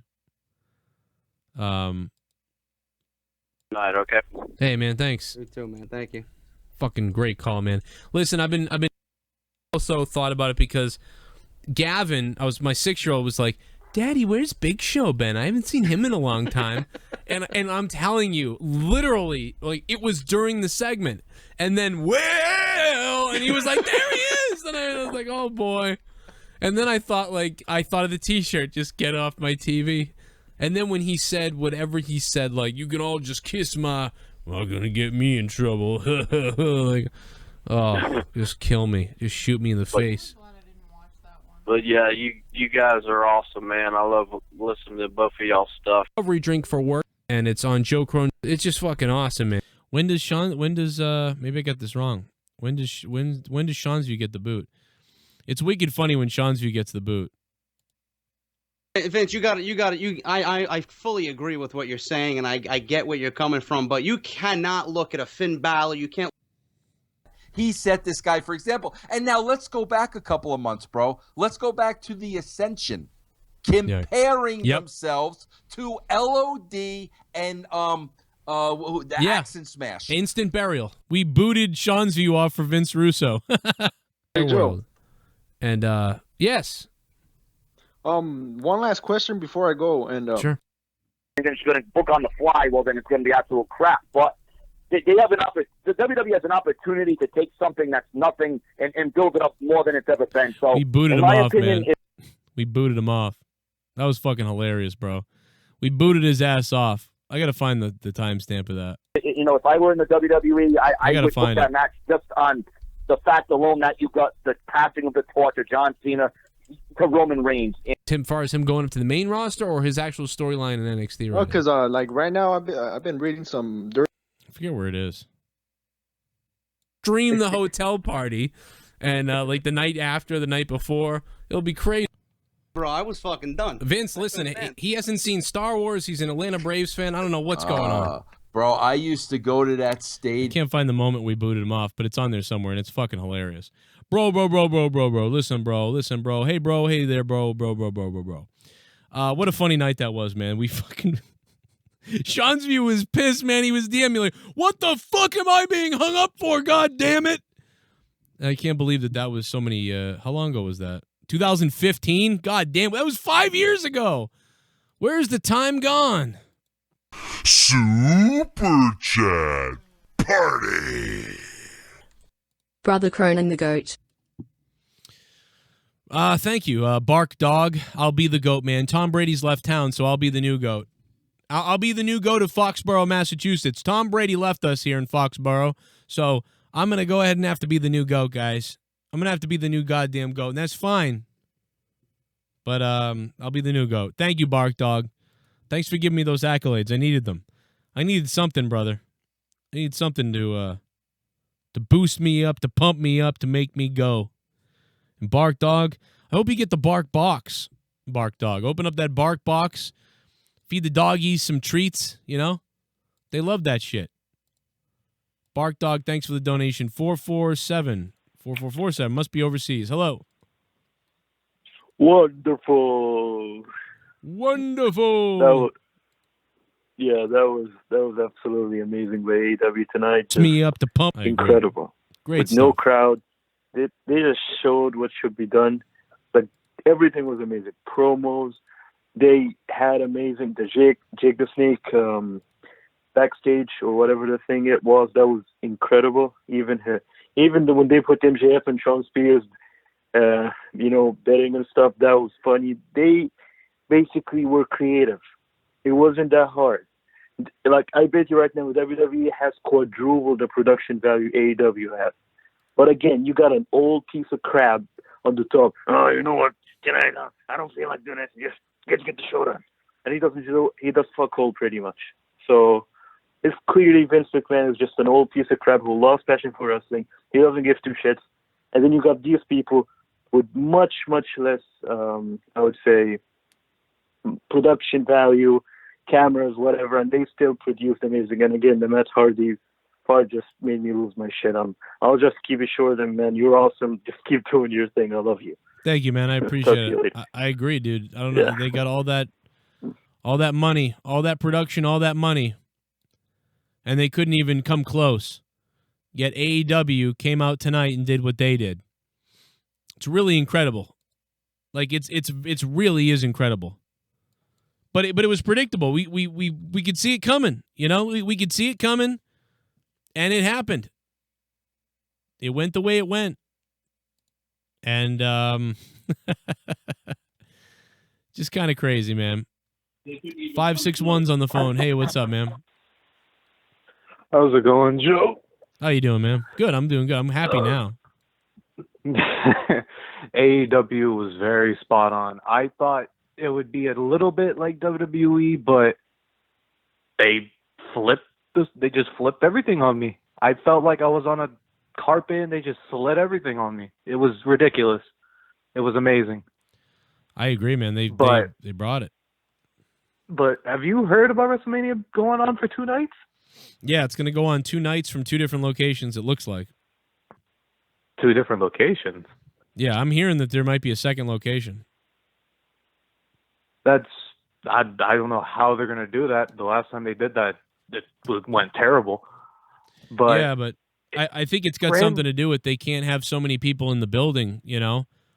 So if you can only have like 50 people working and 25 people in a confined area or whatever it is, I guess the point is, so I guess split the crews between buildings. I mean, maybe that's what they were worried about, or that could happen. You know, I don't know. Yeah, because I know I went on Randy Orton's Instagram page, and he actually posted the poster, and he's like, well, ain't that a bunch of bullshit? On his Instagram page. You can check it out right now. Everyone's making it a meme at the moment. What? This is just way too ridiculous. Randy Orton's mad about all this, so he wrote like just a bunch of bullshit or something? Yeah, he posted on the comments saying, ain't this a bunch of bullshit?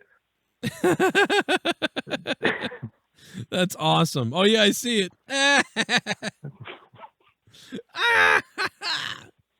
Wow, I see it. Man, listen, I'm a Patriots fan. I like Gronk, but I don't know about this, man. We're in trouble. I don't know. This is a mess. I don't know. I'm still keeping my word that I'm not watching WrestleMania. Well, I mean, I have to watch everything, but I don't know what I would probably watch either way, even if I wasn't doing this stuff. But, you know, this could be it for a lot of people, for real, because this is bad. I mean, it was already bad anyway, but this has made... They're digging a hole way too deep right now. Yeah, this has made things doubly as sour, brother. Doubly as sour. And I want to thank you for the call, man. I appreciate it big time. We've had so many calls coming in tonight, hundreds of calls. Here's my rant from Twitter that's been blowing up all over Twitter. So if you guys could go on Twitter and retweet this, it would be much appreciated. It's killing it right now, but let's do some more. 1,300 views is not enough. Watching AEW put on a show in front of nobody, and to be honest, it is one of their best shows ever. And that's not sucking the ass of AEW. WWE had the same opportunity as AEW on Raw and on SmackDown, and they came nowhere near this entertainment. This is what you can do with a creative mind. Whereas WWE and SmackDown and NXT is stifled to where they have to show replays of things. Right now, AEW is doing something historic that's friggin' awesome.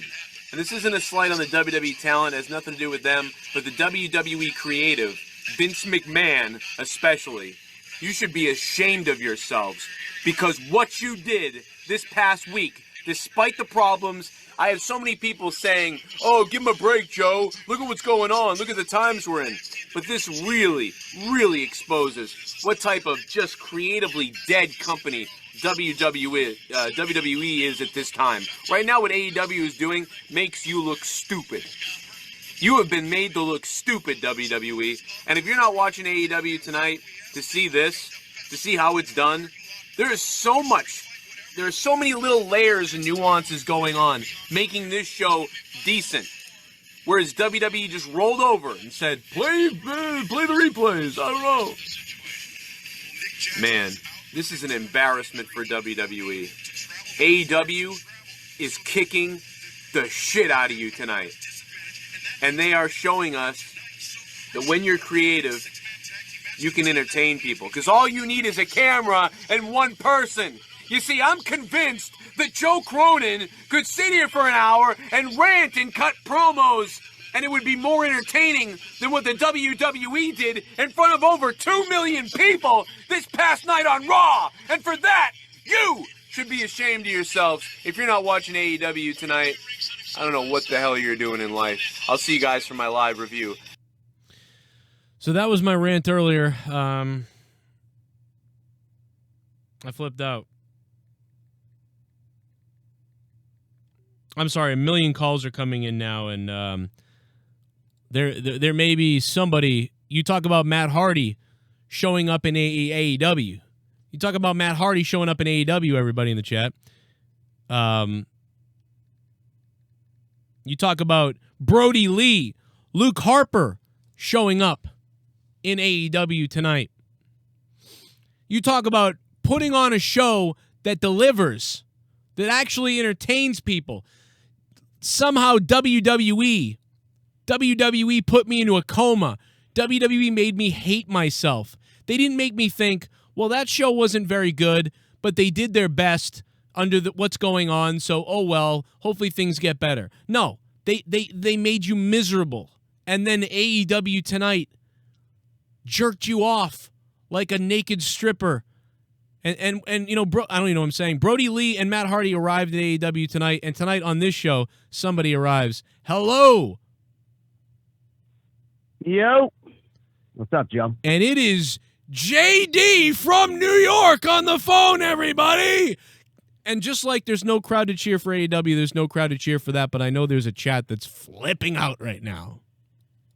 I'm sure I'll get cat jokes and hate. Yeah. And whatever else, dude. What's going on? Have you seen what people do to me? Who cares? Fuck them. Fuck it. You just got to own it, man. I'm the Cronin virus. I'm owning the Cronin virus. Yeah. You gotta, I know, man. With everything that's going on nowadays, it's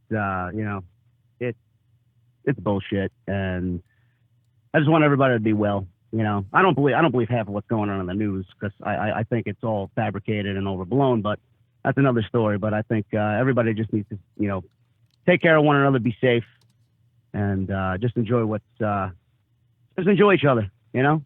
I don't want to go on a rant, but you know what I get. You know what I mean, man.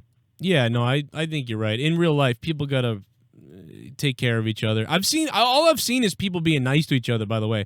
I know there's been some scuffles around if you're talking about like in the grocery stores and shit like that. But, you know, I don't know, just from me around where I am, I've seen nothing but people helping each other. I mean, my mother lives in the city where I used to live still. You know, now I have the house, but, you know, and I live like an hour outside of Boston now. But she lives in that area. It's a little scarier there, you know, but I see people being pretty good to each other. You know what I mean?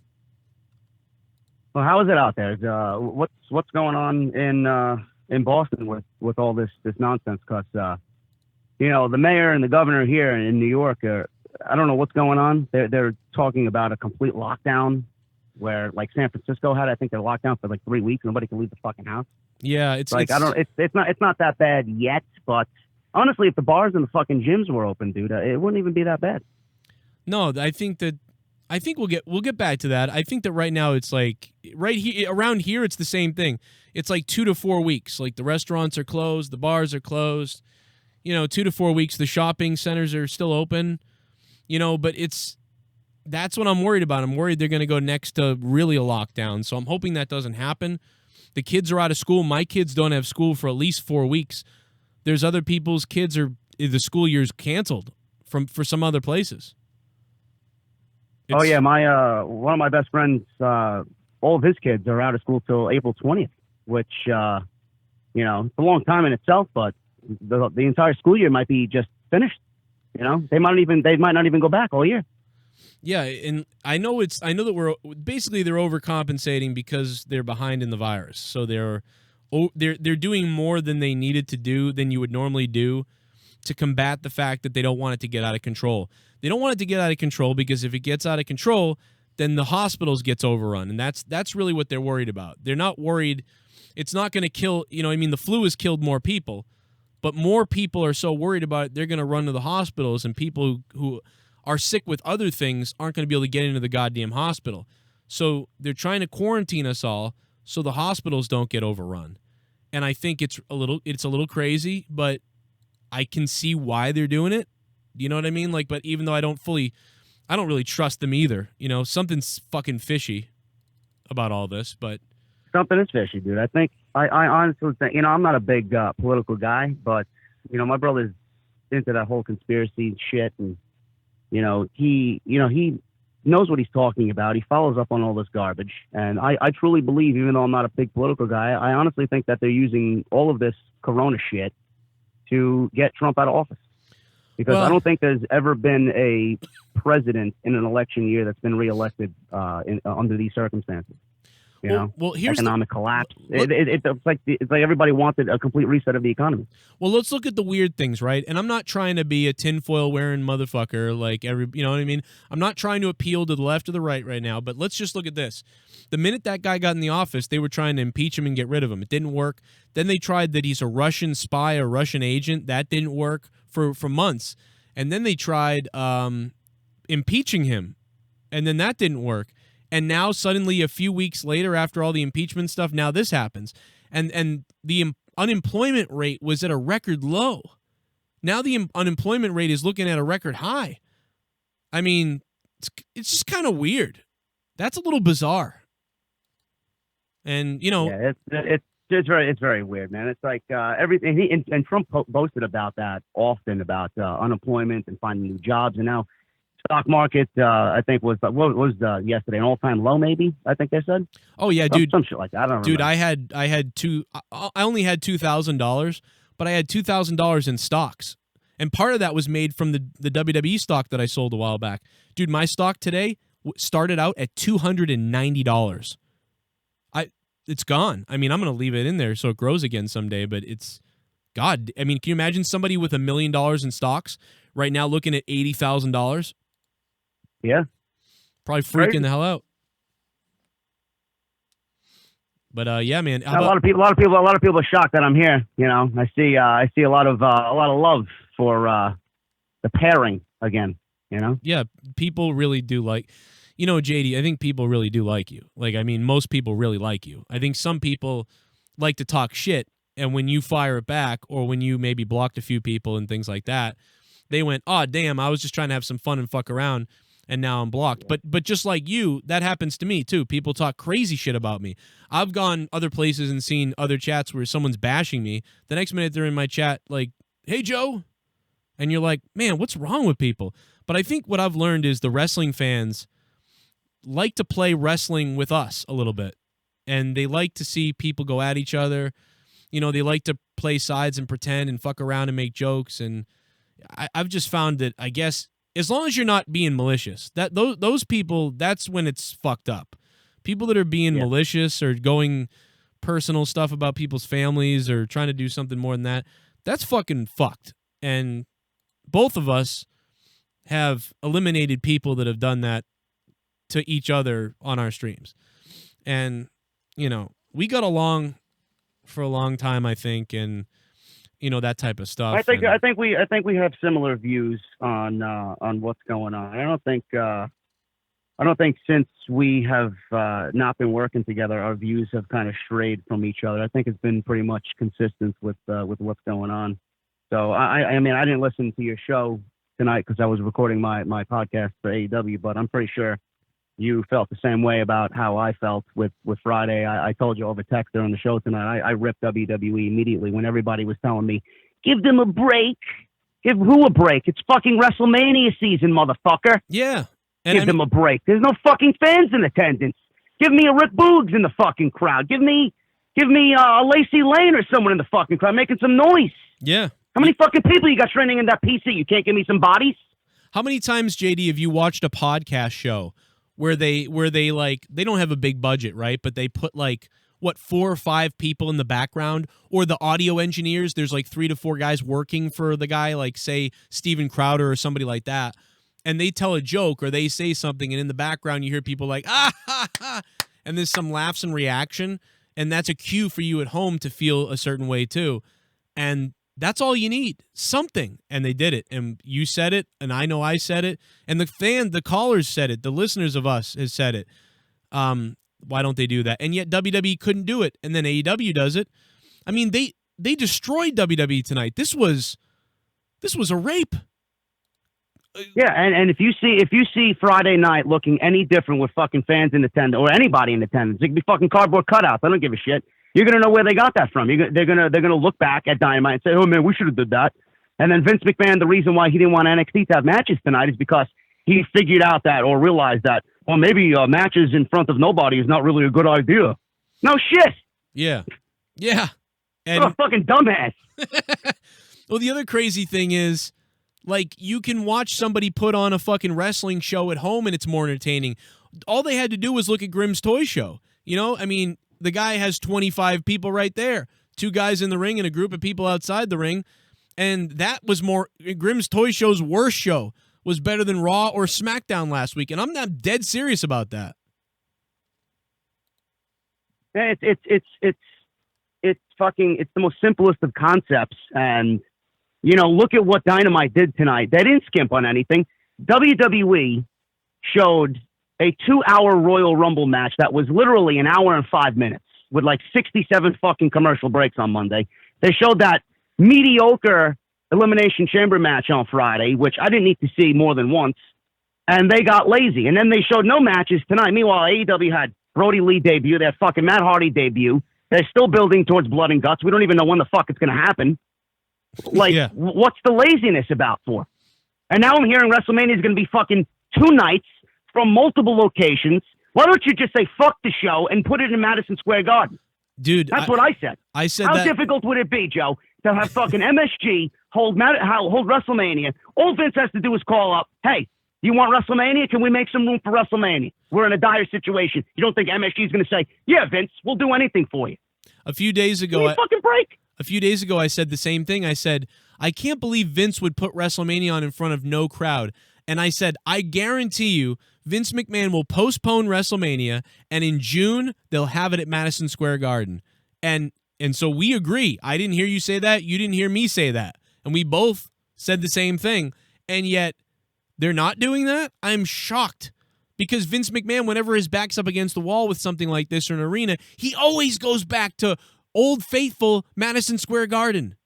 He always does it. And now he's not going to do it? Why? I mean, the only thing I can think, though, man, is that, you know, JD, it's like, it's got to be that maybe he couldn't book Goldberg or Undertaker or something, or he couldn't figure that out, I guess. And so he wanted these stories told. But why not call this something else? Like, call this WWE Super Show or something like that, and do it in front of nobody, and then rebuild for WrestleMania at Madison Square Garden in June. That would have been better, at least, than WrestleMania in 2 different locations in front of nobody. I don't know. Listen, you know, we have work. You know, instead of 1 night, now we got 2 nights. I didn't even want to watch it for 1 night. Now I got fucking 2 nights I don't want to watch. It's gonna get Roman in the main event on Sunday night. That's all they fucking care about, right? Yeah, you know, right. Drew McIntyre should be in the fucking main event on Sunday. They'll push Roman into the fucking main event against Goldberg on Sunday night, and they'll give Drew McIntyre, you know, his due in the main event on Saturday night. It's something for us to do. We have work, so we get double the views, we get double the revenue, we get double the subscribers increase on Saturday and Sunday, being that it's WrestleMania. I'm glad it's happening. Don't get me wrong, but I mean, for anybody fucking defending the company over their piss poor attempts at what they're doing here, you know, you gotta look at the alternatives. There are other ways to go about this, and I honestly think WWE has failed miserably in every situation since this fucking outbreak hit. Right. Yeah, no, they have. They've rolled over and been lazy. And if you watch some of my review, I think if you watch the first 30 minutes or 45 minutes of my review here, aside from some of the little donations and things like that, I really went in on all that they just rolled over. You know what I mean? AEW went like, how can we make this funny? Sammy Guevara singing. They're making bets in the crowd. They're pouring alcohol and champagne. They're reacting. Colt Cabana has a little scuffle. That seems believable and fun. It's dark. It's cool. The pyro going off was even exciting for some reason in front of nobody. I don't know why, but it was. Bro, did you mention in your review that the fucking heels and faces were on opposite sides of the fucking ring? Yes. That's how detailed this shit was. Well, it's like not only they didn't that, mix MJF with fucking SCU. They didn't put Joey Janela with Sean Spears. Yep. It was heels and faces. And Wardlow's reaction to Sammy Guevara singing was hilarious, like just a stare looking at him. Jake the Snake Roberts cut a better promo. His promo was better than anything I saw on Raw or SmackDown to me. Like that's crazy. And that's Edge drove 17 hours to go to Raw, right? To cut that promo and then go home. Well, Edge, I forgot about that. Edge's promo was pretty good. Edge's promo was pretty good. But after Edge's promo, what about Stone Cold? What do you think about Stone Cold's, like, because it was kind of funny, but it was so cheesy with Byron Saxton. It was full, like, PG type of cheese. I didn't care for it. And then Becky Lynch comes out, makes a fucking fool of herself as always. It's like you got Shayna Baszler with just bit her fucking neck 3 or 4 weeks ago, and she's out there, ha ha ha, I'm drinking beer with Stone Cold Steve Austin and have nothing to do with Shayna Baszler. Like, what the fuck you doing out there? And she's driving a you Hot prepping Wheels. for a match that you're going to fucking get your ass kicked in. She's driving a Hot Wheels truck to the arena, and when she gets out of it, no one's there, and she looks around smiling like there's a huge crowd looking at her or something. It was weird. Yeah. She's cringe as hell now. She's awful. That's WWE's fault, though. Yeah. No, it's all cringe. Matt, I mean, dude, and then we don't even talk about yet how, I mean, Brodie showing up and Matt Hardy showing up. Dude, can you imagine if that had taken place tonight in front of a crowd? The roof would have come off. I know. I said the same thing. I said the same thing on my shit that's going up in a little bit. Brodie Lee, you kind of got to feel that it was Brodie Lee when he kind of the picture of the silhouette of his character was coming a little bit more clear. You seen the beard and he looks great. I think that's the best shape I've ever seen him in, especially at his age. Right. And I think it's going to work.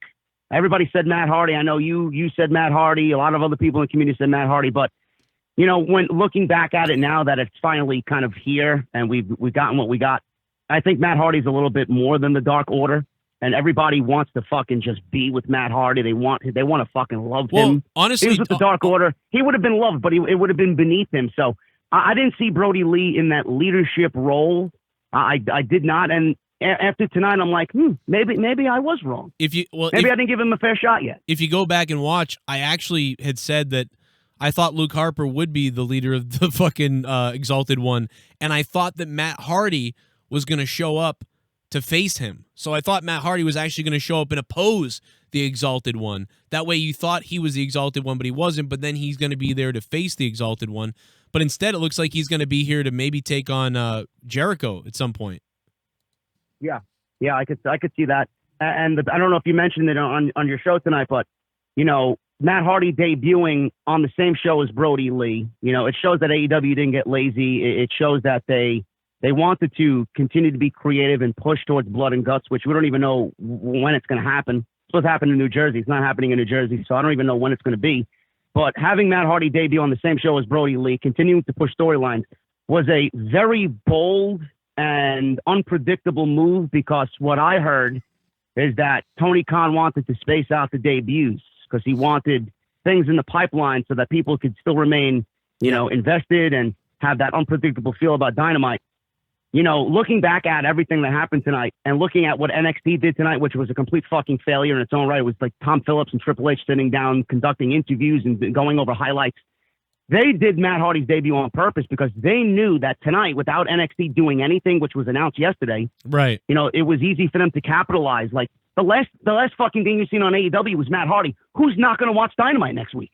Right. Everyone's going to be like, fuck NXT. Matt Hardy's on Dynamite. I want to see what the fuck's going on here. Yeah, absolutely. That's going to be the thing stapled into everybody's minds. And how WWE failed people this week. I mean, dude, if people aren't watching AEW now or haven't seen it yet, there's no way. I can't believe that most of the WWE defenders could possibly defend WWE this week over AEW at this point. They've got to be out of their minds.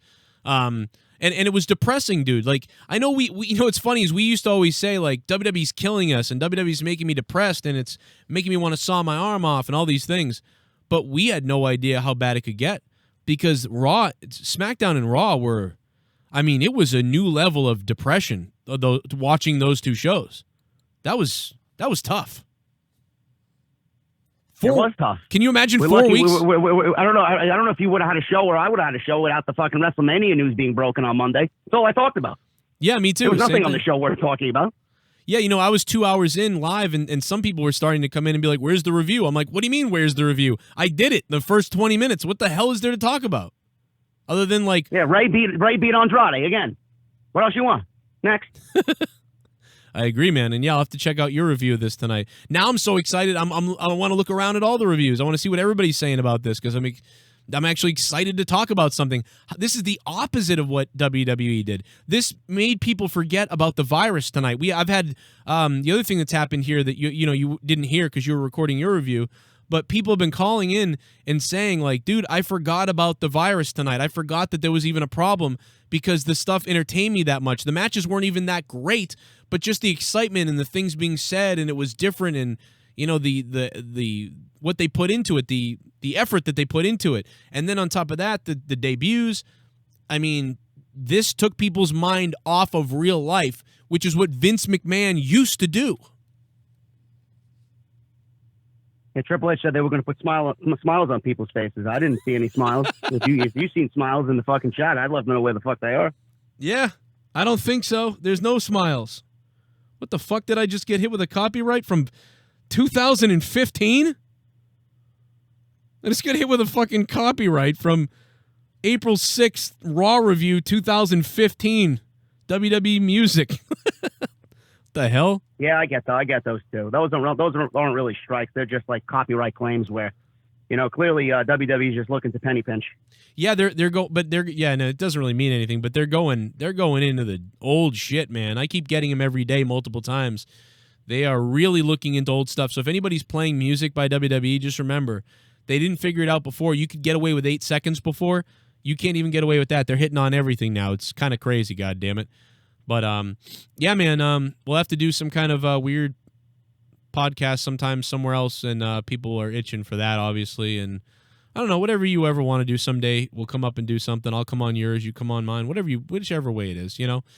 Yeah, listen, man. You know, you texted me during the show tonight. You asked me to come on for a little bit and just bullshit, and you know, I had gotten done early because I did my shit. I knew what I wanted to talk about after seeing Hardy and Brodie Lee debut. So, you know. I figured I'd take you up on your offer. You know, I know some people here don't really care for me at all, and it's you know, cat fucker this and fucking JD steals Solomonster's content. I work with the fucking guy at House of Glory, motherfucker. Well, you felt bad. You had of course we have the same fucking opinion, cretin. Well, no, you felt bad for him, so you brought him on to your deal because you felt bad that you ripped off his cadence. Come on, bro. Yeah. Come on, JD. I don't know how I can steal someone's content when I upload every fucking day. He uploads once every Sunday. How am I stealing content? You want Jesus Christ? People fucking think. I got a video for you that says they'll show you how. But no, man. No, man. Yeah, Solomonster's your buddy. Solomonster's cool with me too, and we're all really fine. How did the cat fucker stuff start? Because let's go back to that because somebody. So I had heard people saying this. People had said this about you as a joke or something, so it had been a joke. So I repeated it. And when you sent me the lawyer cease and desist, it said like that was one of the things like that I did. It said that I'd been saying that or whatever. And I was like, I'm just repeating the joke, you know, that I heard. Nobody really thinks you do that. But do you know who that actually did originate from, or do you not have any idea? I have no idea. I mean, it's retarded. You know, it's easy. It would have been, Joe. It would have been easy for me to say that about anybody else. I know there are several listeners of yours who have pets. I could say the same thing about their pets, but I refuse to because I'm a huge animal advocate. Well, you know. Well, Matt Hardy said we should eat their pets. Well, yeah, Matt Hardy's a special case. Matt Hardy could do whatever he wants. Matt Hardy. I mean, he deleted me for fucking Christ's sakes. Yeah. And that was the show I was and at yes, with you. yes, I do have Joe to thank for me meeting Matt Hardy. I didn't forget. You fucking asshole. Listen, I didn't need to say that. Everyone always shits on me enough for, Joe, you need everybody to thank you, Joe, for everything you do for everybody, Joe. You know, so I'm known to be a douchebag like that. I think that, you know, I don't know what it is. I don't know what it is about me and you when we got into the stuff, whatever. I don't know. But I know that, you know, I've been fucked over by people plenty of times, especially smaller channels who I was friends with. And then all of a sudden they decide they're going to turn on me and go crazy and just enjoy my audience and then shit on me with my former audience. And I think that's a little bit. Joe, you got nothing to worry about in that situation, because everybody that does that to you, they will go on and inevitably fail, because nobody can be as entertaining as the people who lead this community. Everybody tries to copy what we do, you know, and you were live for as long as I've personally known you. Even before me and you came and, you know, cross paths, you were live before that. So, you know, everybody kind of took that out of your playbook, and now everybody starts to do it. You got these wrestle geeks doing it. You got every channel's doing it. I mean, I've dabbled with it here and there. I'm not the live guy. I'm more of a sit down, just talk, edit, and then upload type of guy. But, you know, that's the perfectionist in me. But, you know, everybody that tries to fucking shit on you after you help them out, they're going to fail, because they don't have what we have. We have charisma and entertainment. You know, they don't. What is everybody else doing that is so big that they need to leave you and shit on you? You know, I don't know. I don't quite know what it is, but I basically was kind of saying that to say, like, you know, I know how that feels, because I think some of that happened to you. I think a lot of people still like you. I mean, you have a huge audience, but I mean, a lot of people that you think that don't like you, I think still really secretly like you. They just like playing that game. And people did that to me too, where they've left me and they pretend to hate me, but they really still listen to me and enjoy the shows. They just also enjoy this side thing of talking shit. And I think that that's what some people, you know, and you know, you appreciate the people that sided with you during our brawl. And I know I appreciate people for siding with me, but I also like know that I gained a shitload of people from you. You know, you gained a few from me, but I gained a lot from you, you know? So that's never forgotten on me that, you know, I gained a lot from you and you gained a little bit from me. And we had a good time, and, you know, hopefully we'll cross. You know, I gained some from you too, bro. It's not like, you know, you weren't fair. Every show we did, you split the super chats and the donations 50-50. You never skimped on me. You were always gracious to split with me. You know, I'd say you keep the revenue for the fucking out of nowhere shit, and, you know, just, you know, split the donations 50-50. You were always good to me in that way. You never, you know, lowballed me on that. And whatever came of that situation, you know, the fucking cease and desist, it wasn't even about you. Like it was someone else who I'm not even going to mention here, but it was that. And then, you know, obviously I said shit about Jake, which you know, I look back on, and I called you, you know, several months back, and I apologized for it. It was just me in a drunken rant, you know, because I felt attacked, and you know, what am I going to do when people are attacking me? I'm going to fucking attack back. But it was gold. You know? It was one of the funniest things that I've ever heard. I think you made Jake laugh more than anything, and me too. I think it's some of the funniest shit ever. Well, dude. I mean, he probably is going to listen to this tomorrow, whenever he fucking still hates me. It's all right. I don't, you know, it's whatever, you know. But, he's not. I don't think he's as happy yet. I'm sure he'll come around though. I have. I don't think he has, but I have. But, you know, in fucking Connecticut, you slob! You fat slob! Like that, like, dude, that's some of the funniest shit. Me and him laugh about it all the time. Like, whatever you think of it, it's funny. What did you think? What did you think? Because, I mean, and listen, whenever we were fighting, to me, it was always like a silly fight. Like, it was always like we were really at each other, but in the background, I like you a lot. So, like, it was just fun. I never took it that serious. I think you know, you're a little more prideful and you're a little bit more serious about stuff, I think, than I am. I don't always take things the most serious. And sometimes, you know, I kind of cross the line and dig a little bit deep, you know, and I keep on going with stuff and things like that. I think you're more I think you try to be more respectful, but expect respect. Whereas I am less respectful and I'm not really too worried about respect. So I kind of, and maybe some of that's like the wrestling mentality. that I see things a little bit like that. I know we know Sean's view is far in that category. Sean's view only sees everything as a fucking joke. Who? No, man, I've taken a little bit of a more respectful stance on things. I've eased up on if people come at me on Twitter, I'm not afraid to fucking make an example out of them or whatnot. But I've eased up on several things because of what's coming up this year. House of Glory was bought out by Master P, and I got a lot. There's a lot. I heard he was. Big things are coming that I really can't talk about. Amazing Red is my boss, and I don't want to ever put him in a situation where I am not doing what I need to do as a professional goes. So it's one of those situations where everything that I had done in the past, and all this fighting and bickering and this fucking low bullshit. I don't want any part of that, because I just want to make sure that I am as straight now as I can be, because I have a lot of people that are relying on me. So yeah, I need to do good. And listen, this sucks right now because I was supposed to do commentary for multiple companies this month, and now those shows are canceled, so I can't even do commentary. And the other good thing about us talking is someday whenever I'm doing stuff, I still hope that we someday sit down together and do commentary. It's whether it's one of my shows or some other show or whatever the fuck. Somewhere I really do hope that type of stuff, because I think me and you work well together, and it's really a shame that me and you called a deletion, and then the company, the stupid Top Rope, lost the audio of the goddamn commentary of a deletion we called in Fall River in front of 600 people. That was I remember that. Yeah, that was fun. That was one of the biggest crowds that I think I've ever commentated in front of, besides a big-time wrestling show. It was a big crowd that we were in front of, Yeah, I mean, I've always looked up to like Monsoon and Bobby Heenan and guys like that. I mean, for fuck's sake, with Jake being back in AEW, I went back and watched the old Jake the Snake matches with Macho Man, and that whole fucking angle with Elizabeth and him cutting promos.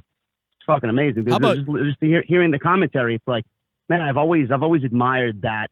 I've always wanted to be that. I mean, just like everybody, I'm sure everybody our age was back in the day, like with the old school WWF action figures, fucking playing with them and us mimicking, fucking commentary and playing with the fucking toys.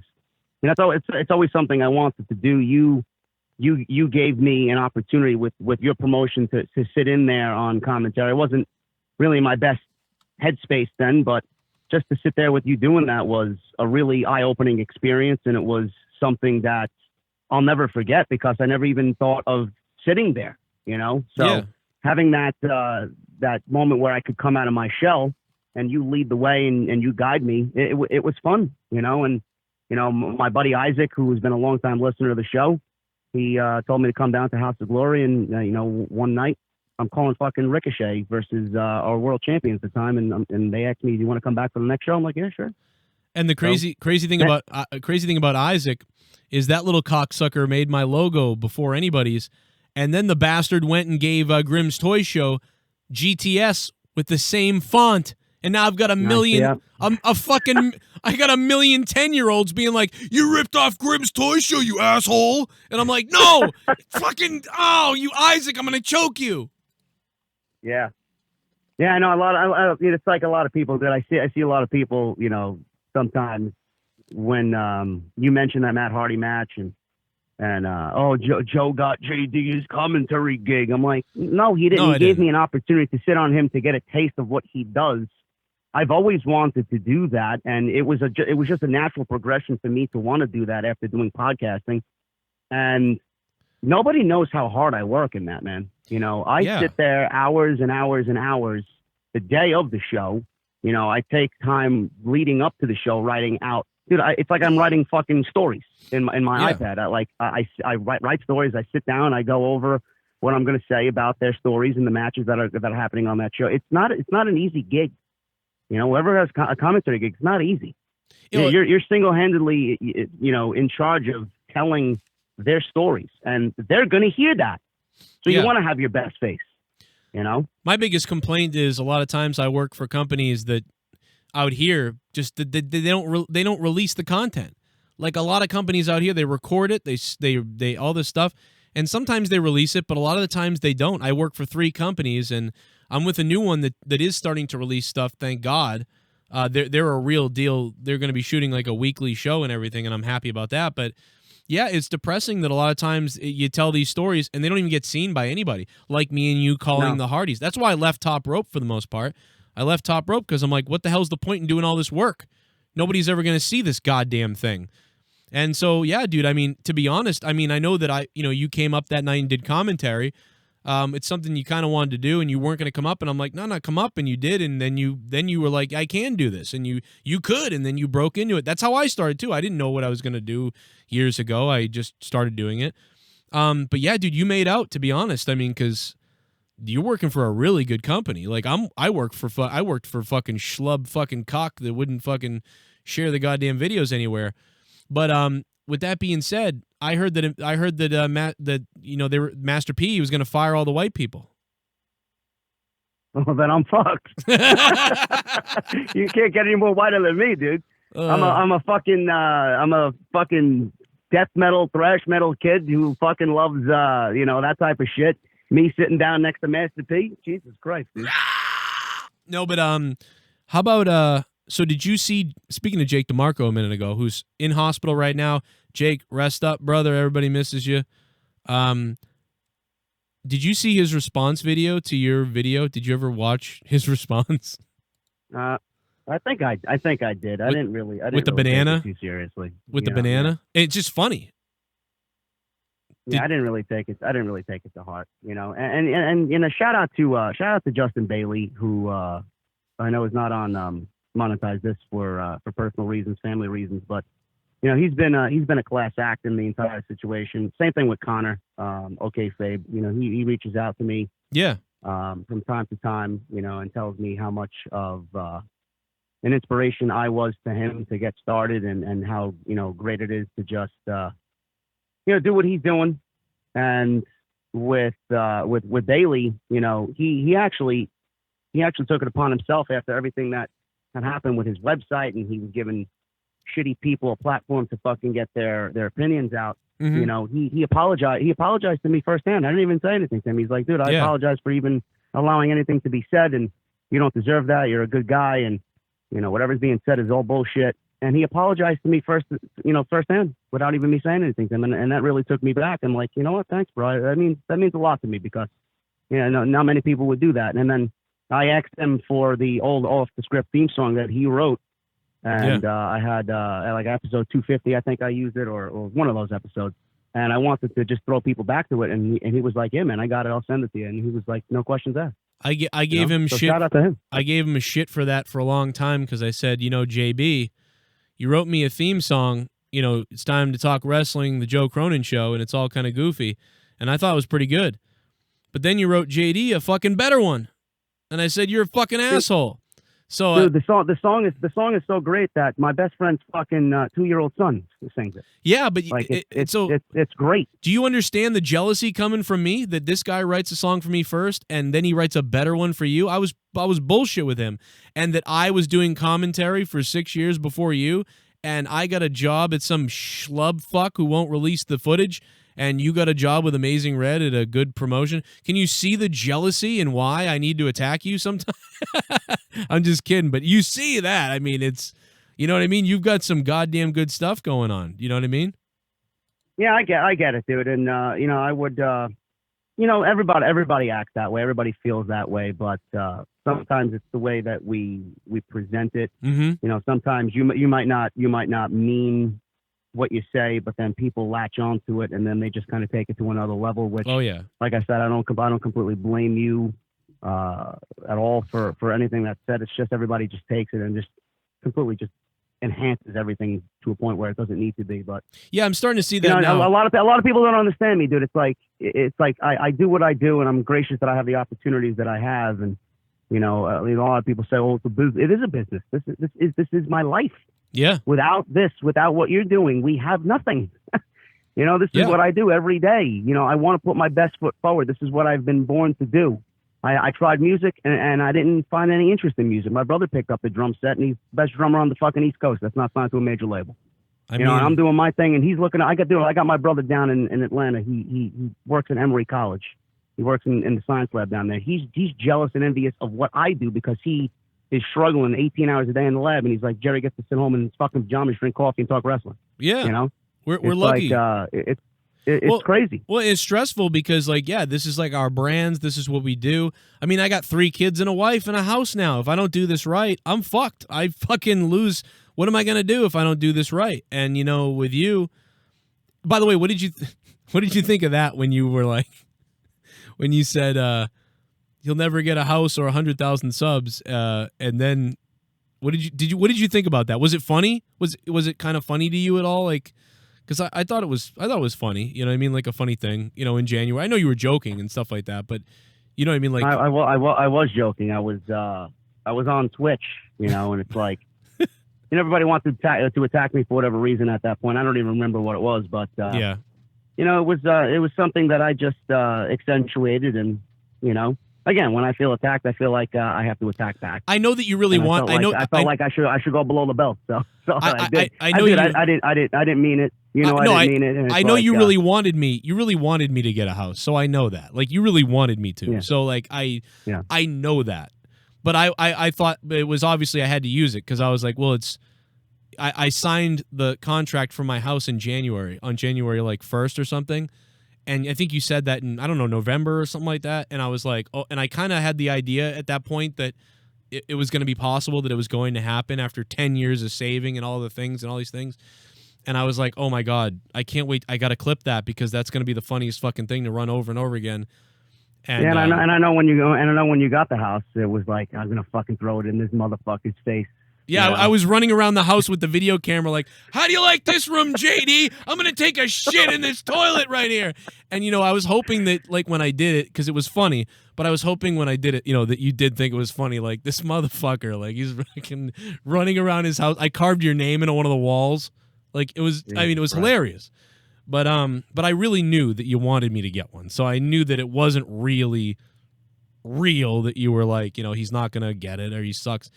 So it was hilarious. I thought it was good stuff, man. Like you said, the only thing that sucked is that it went on too long, obviously, and the people that take it to a higher level than it needs to go to.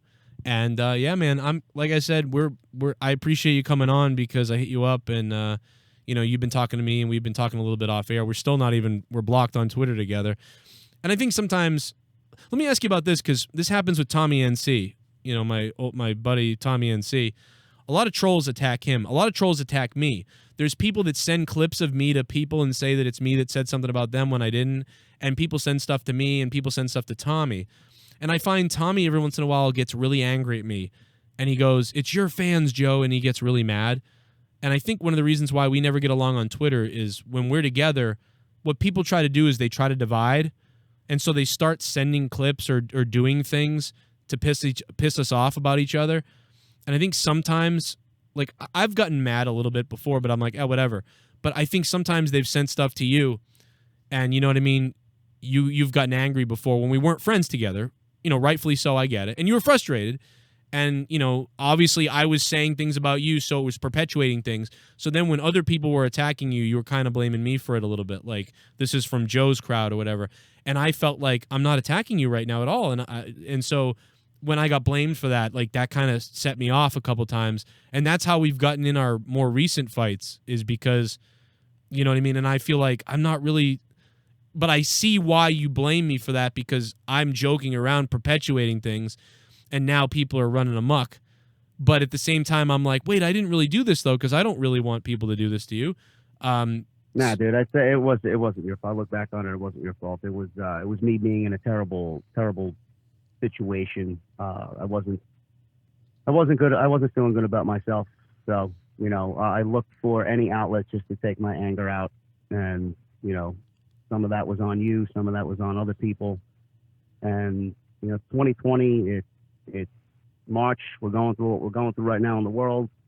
My birthday was last month. I'm looking back at everything and I'm like, there's no need for this. I'm in a good space right now. I got a great channel going on. I got good opportunities coming my way, and with everything that's going on right now, I think we need to support each other because, there's just so much uncertainty right now, and with all the news that's going on with this virus and whatnot, and the fact that we could be looking at situations where we don't have any wrestling. We need to start supporting each other, because without that, we don't have anything. We may need to go to the point where, like, me and you would have to fucking create a show where we review old wrestling while we have no wrestling at some point. Everybody may have to join forces to put on some kind of community show on each other's channels to do something or something. Yeah. If that happened. Yeah, like a fucking round table or something. We could get us together. We get I don't know if you're cool with BC.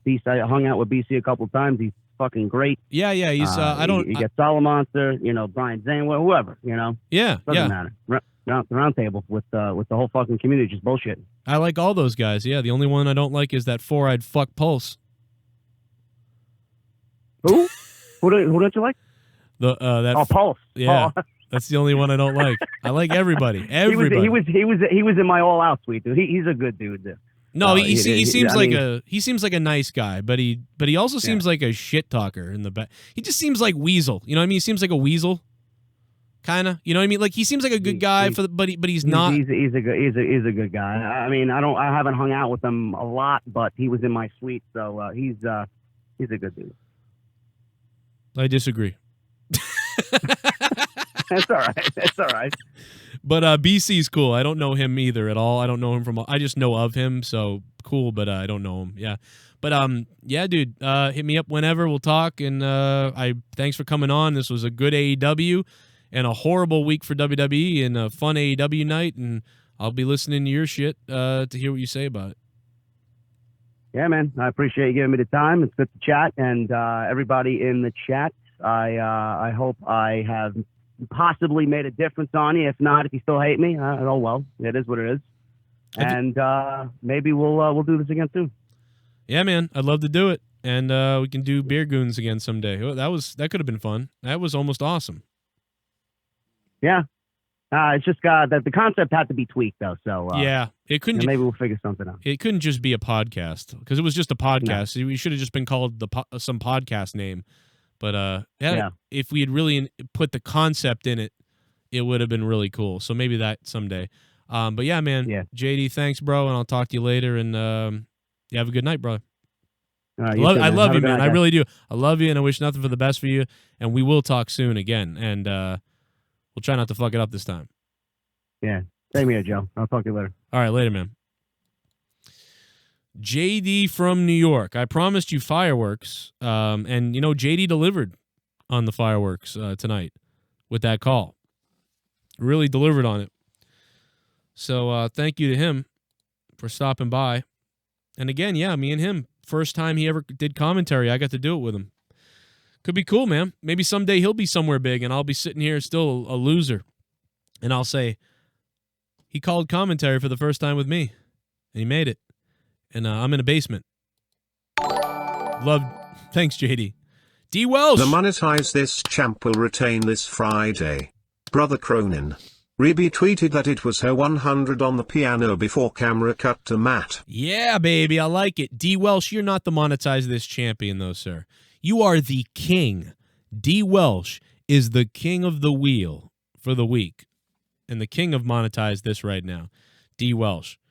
We'll see what happens, D. Welsh. I don't know. But no, Monetize This champ, you can't go there. That belt is not here right now. Nor is it coming because of the ban that's going on right now. We're not going to be able to get the Monetize This championship back for who knows how long. Who knows what's going on. Who knows, maybe S.Dollars choking somebody out into hood right now with that belt.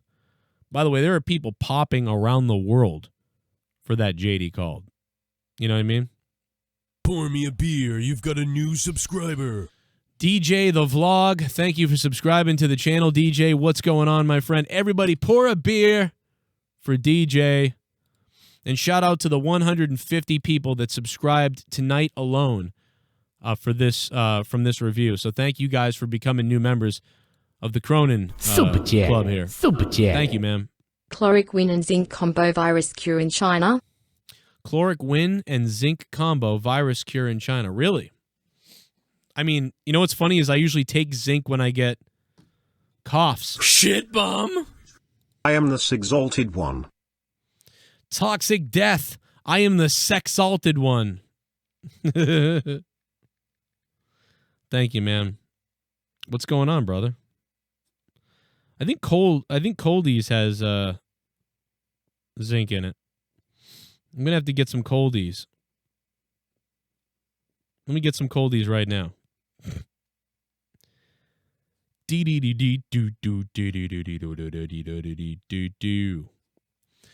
Toxic Death, thank you for becoming a $5 ship bum, my friend. Pour me a beer. You've got a new subscriber. Let's all give it up for SVG in the chat, who became a subscriber. SVG, thank you, sir. And everybody is going to give him some love in the chat now, and they're going to give him some long love down below. And if you want JD to do a podcast with me, all you got to do is flood his email and his Twitter. Pour me a beer. You've got a new subscriber. And maybe we can bring JD back. Maybe bring him back to the Patreon. Make some money. I have 3 kids I need to feed, JD. And I'll feed you some money too, motherfucker. Mike Amilto, I thought he already was a sub. Mike, what the hell? Would you unsub, resub just so you get the alert? Psycho. Thanks for subscribing, though, man. Chat. Joe Cronin, JD, and BC Amplified YouTube Gods. AJ Adams, much appreciated for the $2, man. I agree, brother. I definitely agree.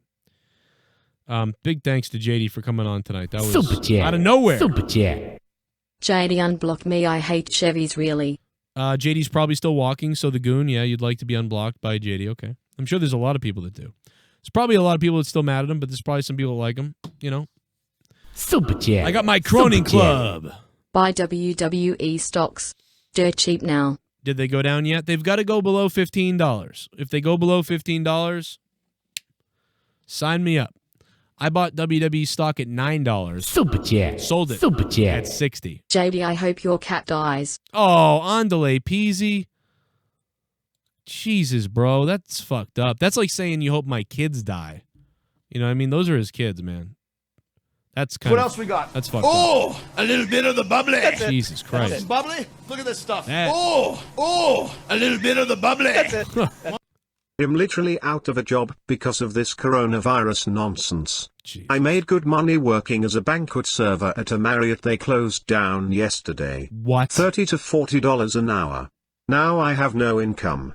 I guess I gotta go back to working at shitty Walmart. Mike Amilto, that is fucking crushing, dude. What the fuck? Are you serious? Are you fucking serious? Yeah, you're getting a letter on Delay. What else we got? Oh, a little bit of the bubbly. And that's fucking awful to hear, dude. What the fuck? Oh, a little bit of the bubbly. That's it. It's George from Creative. DeMarco is going full heel on your ass, Cronin. We warned you not to sign these one-offs like from Ni 206 as a means for ratings boost. As the overseer of the executive team, I cannot condone this. Oh, no. We wasted all the cash on Drew. JCS Creative. He's not happy that I put JD on. I'm sorry, JCS. I'm sorry, bro. Yeah, and Jake DeMarco's been gone for 2 weeks. He's still from his surgery. Chat. Super chat. JD, I eat my fruits and veggies every day. Mike, you're going to get some free money on April 6th, it looks like. Yeah, people are saying they're going to give out the money. There you go. Eat the fruits and eat up all the fruits and vegetables, sir. Shit bomb. You know? Great show tonight, 9/10. Glad to hear from JD. Talvish, how you doing, my friend? Me and Talvish hung out with JD in Florida back at WrestleMania a few years ago. 4 years ago now, or 3 years ago, whatever it was. Talvish, 9 out of 10. I mean, I'm going to give tonight, I think I'm going to give tonight a 9 or an 8 or something, because this entertained me way more than WWE, and under the circumstances, I'm giving them credit for this being so fucking fun, for this AEW being so fun tonight. They nailed it. From all the wrestlers they placed outside the ring to the wrestlers in the ring to the creative ideas. Pour me a beer. You've got a new subscriber. Kyle Ragnar, thanks for subbing to the channel, man. Pour him a beer in the chat. And, I know that Luke Harper or Brodie Lee coming out as the Exalted One, I know they had a mistake, for a second. He was coming out already and they clipped, cut away. They were supposed to cut and then he would run out, but he ran out kind of at the wrong time. Yeah, it was a little weird for a second, but it was okay. have to give him a pass.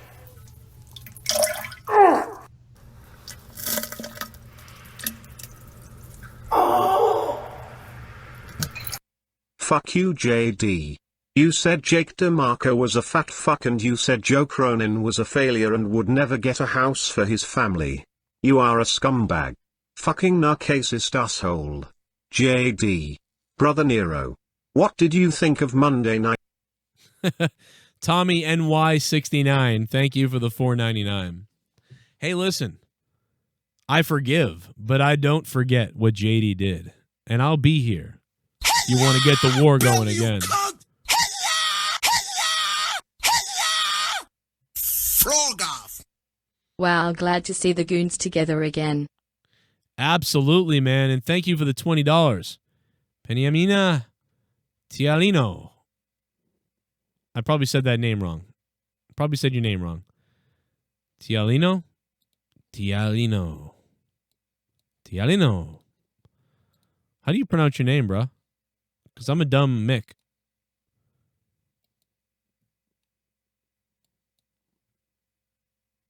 Peniamina Tialino? Dude, first of all, man, I'm calling you PT. PT, thank you for the $20, dude. That's a big drop. I appreciate that, $20, man. Thank you so much for that $20, dude. And look at Awonddy. Hiya! Thank you so much for dropping the 20, man. Big time help for me. Pour me a beer. You've got a new subscriber. Lewis Money, what's up, man? Thanks for subbing. Pour him a beer. Swear to God, is he not sub too? Make sure you guys sub tonight. Tonight's the night to resub and hit that bell so you get all my alerts. You don't want to miss out. All right? You don't want to miss out on the shows. And I want to thank Taz14 who subscribed. Hey, sorry for my last donation, JD. Before tuning in, I saw your post saying JD was on the show, and so I immediately donated and shitted all over him. I respect that he apologized to you, but it's still funny as fuck that Dave Rose stole his woman. Yeah, it's kind of funny now when you think about it. It probably wasn't so funny to him because he cared about her a lot, so it was kind of messed up. But, you know, he was a little bit selfish with stuff, and we talked about that and whatever. It's none of my business. I don't know what really fucking went on with anybody. But, yeah, Dave Rose is, he is a cunt, Dave Rose, though. He is a piece of shit, right? I mean, Dave Rose does what he does. Man, he shit on me. Dave Rose has shit on me many times. And he even he shit on JD, and he went so far to go find his woman. For Christ's sake, you know, I mean, Dave Rose is whacked. You know, you can't, but, so, I mean, listen, I've been screwed over by Rose a million times. I've screwed him over. We've all screwed each other over. 313's on the phone. Hello. Hey, it's Sarah. Okay, so yeah, I'm just going to come out and say this. We had such a great date together, and I thought we were really clicking, and then you just ghosted me. What the hell? Why? Which one are you? It's really awful that you enjoy playing with people's hearts like this. I've been crying for months. Do you even care? I mean, listen, I've been coming for months. You're horrible. Sorry. I loved you. I got a tattoo of your Camaro on my butt for you. Oh my God, you got a tattoo of my barrel. I hate Camaros. Yeah? They Well, weigh a lot. I got a tattoo They're of the slow. cum shot that I shot on my fucking chest after I looked at your picture for an hour. If you're not going to apologize, No. I don't even want to talk anymore. I don't want to talk anymore. I hope you get coronavirus. It's like one of those prank calls, and I just played along with it. That's pretty fucking funny. Pour me a beer. You've got a new subscriber. Michael Clow, thanks for the subscribe, man. Appreciate it. Man, I wish I had a Camaro. That'd be fucking great. If she, like, what? Who does that and then says Camaro? Why don't you just say car? Like, I got a tattoo of your car or your face. Makes it so less believable. Michael Clow. Here we go. I'm about to get it, man. Subbing. Here we go. About to get it, man. Here we go. Here we go. Here we go. Oh, did sound like Monica. Oh, no. Im subscribe, just thought it was funny. Oh, Lewis Money. You are funny. Thanks for the $5 and making this poor man fall on his goddamn rope. Oh, oh, oh! Anyway, guys, I've said everything I could say about AEW tonight. I had a blast. I had so much fun with you tonight. I hope you rewatch this entire episode so you guys can enjoy the whole entire thing. And I hope you enjoy it. And certainly listen to when JD called in as well. But watch the beginning of this review. I think I nailed a lot of points. And it was a lot of fun. And I want to thank the new patrons who just signed up or re-signed up or re-upped their pledges yesterday. Kumar Jenkins is back. Nessa G is back. Sausage increased his pledge to $5. Thank you to him. And I really want to thank the $25 producer patrons. Without you guys, I wouldn't be eating. My kids wouldn't be eating. I wouldn't be able to buy new equipment like the mixer I need to buy. I wouldn't be able to do this show. None of this would be happening without any of the patrons. 380 of you are on Patreon getting 30 hours of bonus content and podcasts a month that you can't hear on YouTube. The podcast with my wife, the Corrupted podcast, the two jerk-offs, that podcast, the jerk-offs, me and Tommy NC 2010, my phone recordings, note to self, and so many other things that I put on there. Me and Tommy Honestly is coming this week. So much shit, 30 hours a month. Nobody else provides that content on Patreon that I can provide and that we provide here on the show. So thank you guys for supporting the fuck out of it and being here with me and keeping me on the air. And despite the fact that I can't go to that part-time job right now, and I probably am not going to be able to go back, this is what I do, and this is what you guys do, and without you guys, I can't do what I do.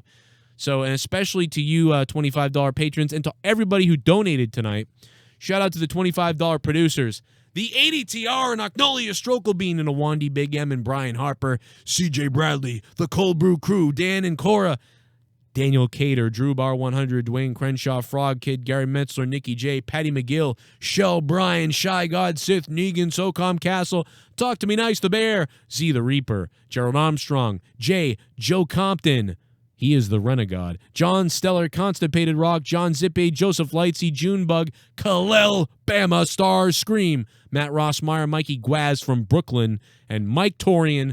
Without you guys, I wouldn't have a bunch of crazy producers and we wouldn't be able to do this shit. So thank you guys and everybody in the chat. 69 in the chat if you're wet and you're hard and you're long or whatever you are. Stay safe. Don't get the corona. Get a bona and give it to your wife and make some babies. So at about, let's say December, right around Christmas time, there's going to be a whole bunch of little bastard babies popping out of women's vaginas around December. It's going to be a blast. Around late November, December, and early January, there's going to be kids popping out like you wouldn't believe. Corona babies, they'll call them. Corona babies. And in 70 years from now, they'll all be talking about the Corona babies and the COVID babies, and or if you're Donald Trump, the Chinese babies. It'll be a lot of fun, and we'll all talk about it. We'll all laugh. I have so many links down below where you can find me. Instagram, Twitter, Facebook, Twitch, and all my other YouTube channels. Go to all of them now. Subscribe to them, like them, comment on them, say hi to me tonight. Do it tonight. I'll be on my phone looking for you. Patreon. You guys can message me personally on Patreon where I can actually respond to you a lot better. Plus the entire Cronin Club is there. Monica's tits. Wanna eat some cereal with milk? That's from Monica's tits. I've already seen Drew's dick, but maybe I could see Monica's tits tonight. Monica's tits. Tonight. Monica's Sucking on tits. Monica's tits. Sucking on, sucking on, sucking on. Well, I think since JD from New York was on the channel tonight, sucking on, thank you, sucking on, for the donation. And since we were sucking on Monica's tits now, and JD was on the show tonight, I really think that maybe we should play the Tennis Racket Jones JD song for JD since he was here tonight. Thank you to JD for stopping by for in all seriousness, man. I really appreciate that. It was really cool. It was really fun. And to everybody else for listening, hope you guys hit that like button and stick the thumb up my ass. And I will see you guys tomorrow for Out of Nowhere and a few other things that I'll be doing during the daytime. Hey, look, it's when Tommy C, good old shot from the point, Tommy C, visited America. Look at the little basket there. That's Brenna. Oh my God, that's Brenna's little carriage. And there's me and Troy and Leah and Tommy. Wow, I just found that picture again. Holy shit. We all look like jackasses. There's another former co-host of mine that I kind of miss, but I talked to him on Twitter, so it's all good. He's busy right now with all that Keemstar Onision shit. Look at that. What a fun time it was. Good old Tommy. Look at Troy. Looks like he's going to eat someone's head. We all kind of look bad in this photo, but whatever. But yes, thank you to him. Tomorrow night is Out of Nowhere. So much more to come. Another Note to Self is coming. Bunch of stuff uploading to Patreon tomorrow. Don't miss it, guys. I want you to be entertained. I want you to listen to these podcasts. I want you to have a beer. I want you to have some drugs. I want you to sit down by the campfire and listen to these podcasts. I'm going to be talking about Corona, entertainment, sports, wrestling, my life, your life, the dogs, the cats, the whistlers, the air, the breeze, the bacteria, the falcons, the dogs, the fucking, the ducking, the sucking, Matt Hardy, and of course, just plain old goofy shit that's going around the world right now. It's a bunch of it. Bunch of crazy shit. Anyway, I will see you guys later. Thanks for listening. I'm Joe Cronin. Hit that like and subscribe button if you like what you heard tonight. And I hope you become a patron. For even $1 a month, you get stuff. I hope you can support on Patreon. We need you to join the Cronin Club tonight. From New York, 206. What's up, guys? It's me, it's JD, the coolest fucking guy in the YWC. I hate on Jake DeMarco, but I'm the fucking Mark, bro. Dave Rose took my girl away from me. No, you fucking talk about me, bro.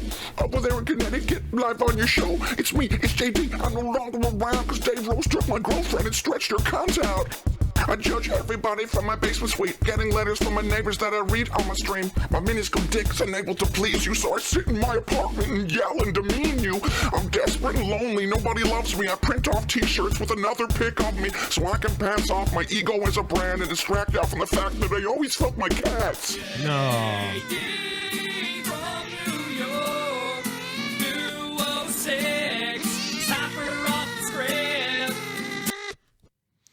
In all seriousness, though, show him some love, man. I love everybody, man, and I want everybody to be loved. And like JD said, this is a tough time, man, for real. It's important to forgive people and to remember what you really liked about them and to fall in love with each other all over again. And that's what I've done tonight. Thank you to JD, and thank you to everybody listening. We love you. We do love you in all seriousness. And this is, YouTube. It's a joke a little bit, but in real life, man, we do need to take care of each other. Support each other. You're not alone, and we're going to be here to entertain you as best we can because you've been here for us so that we could create these shows and live our dream. And that's from the heart, and that's for real. I'll see you guys later.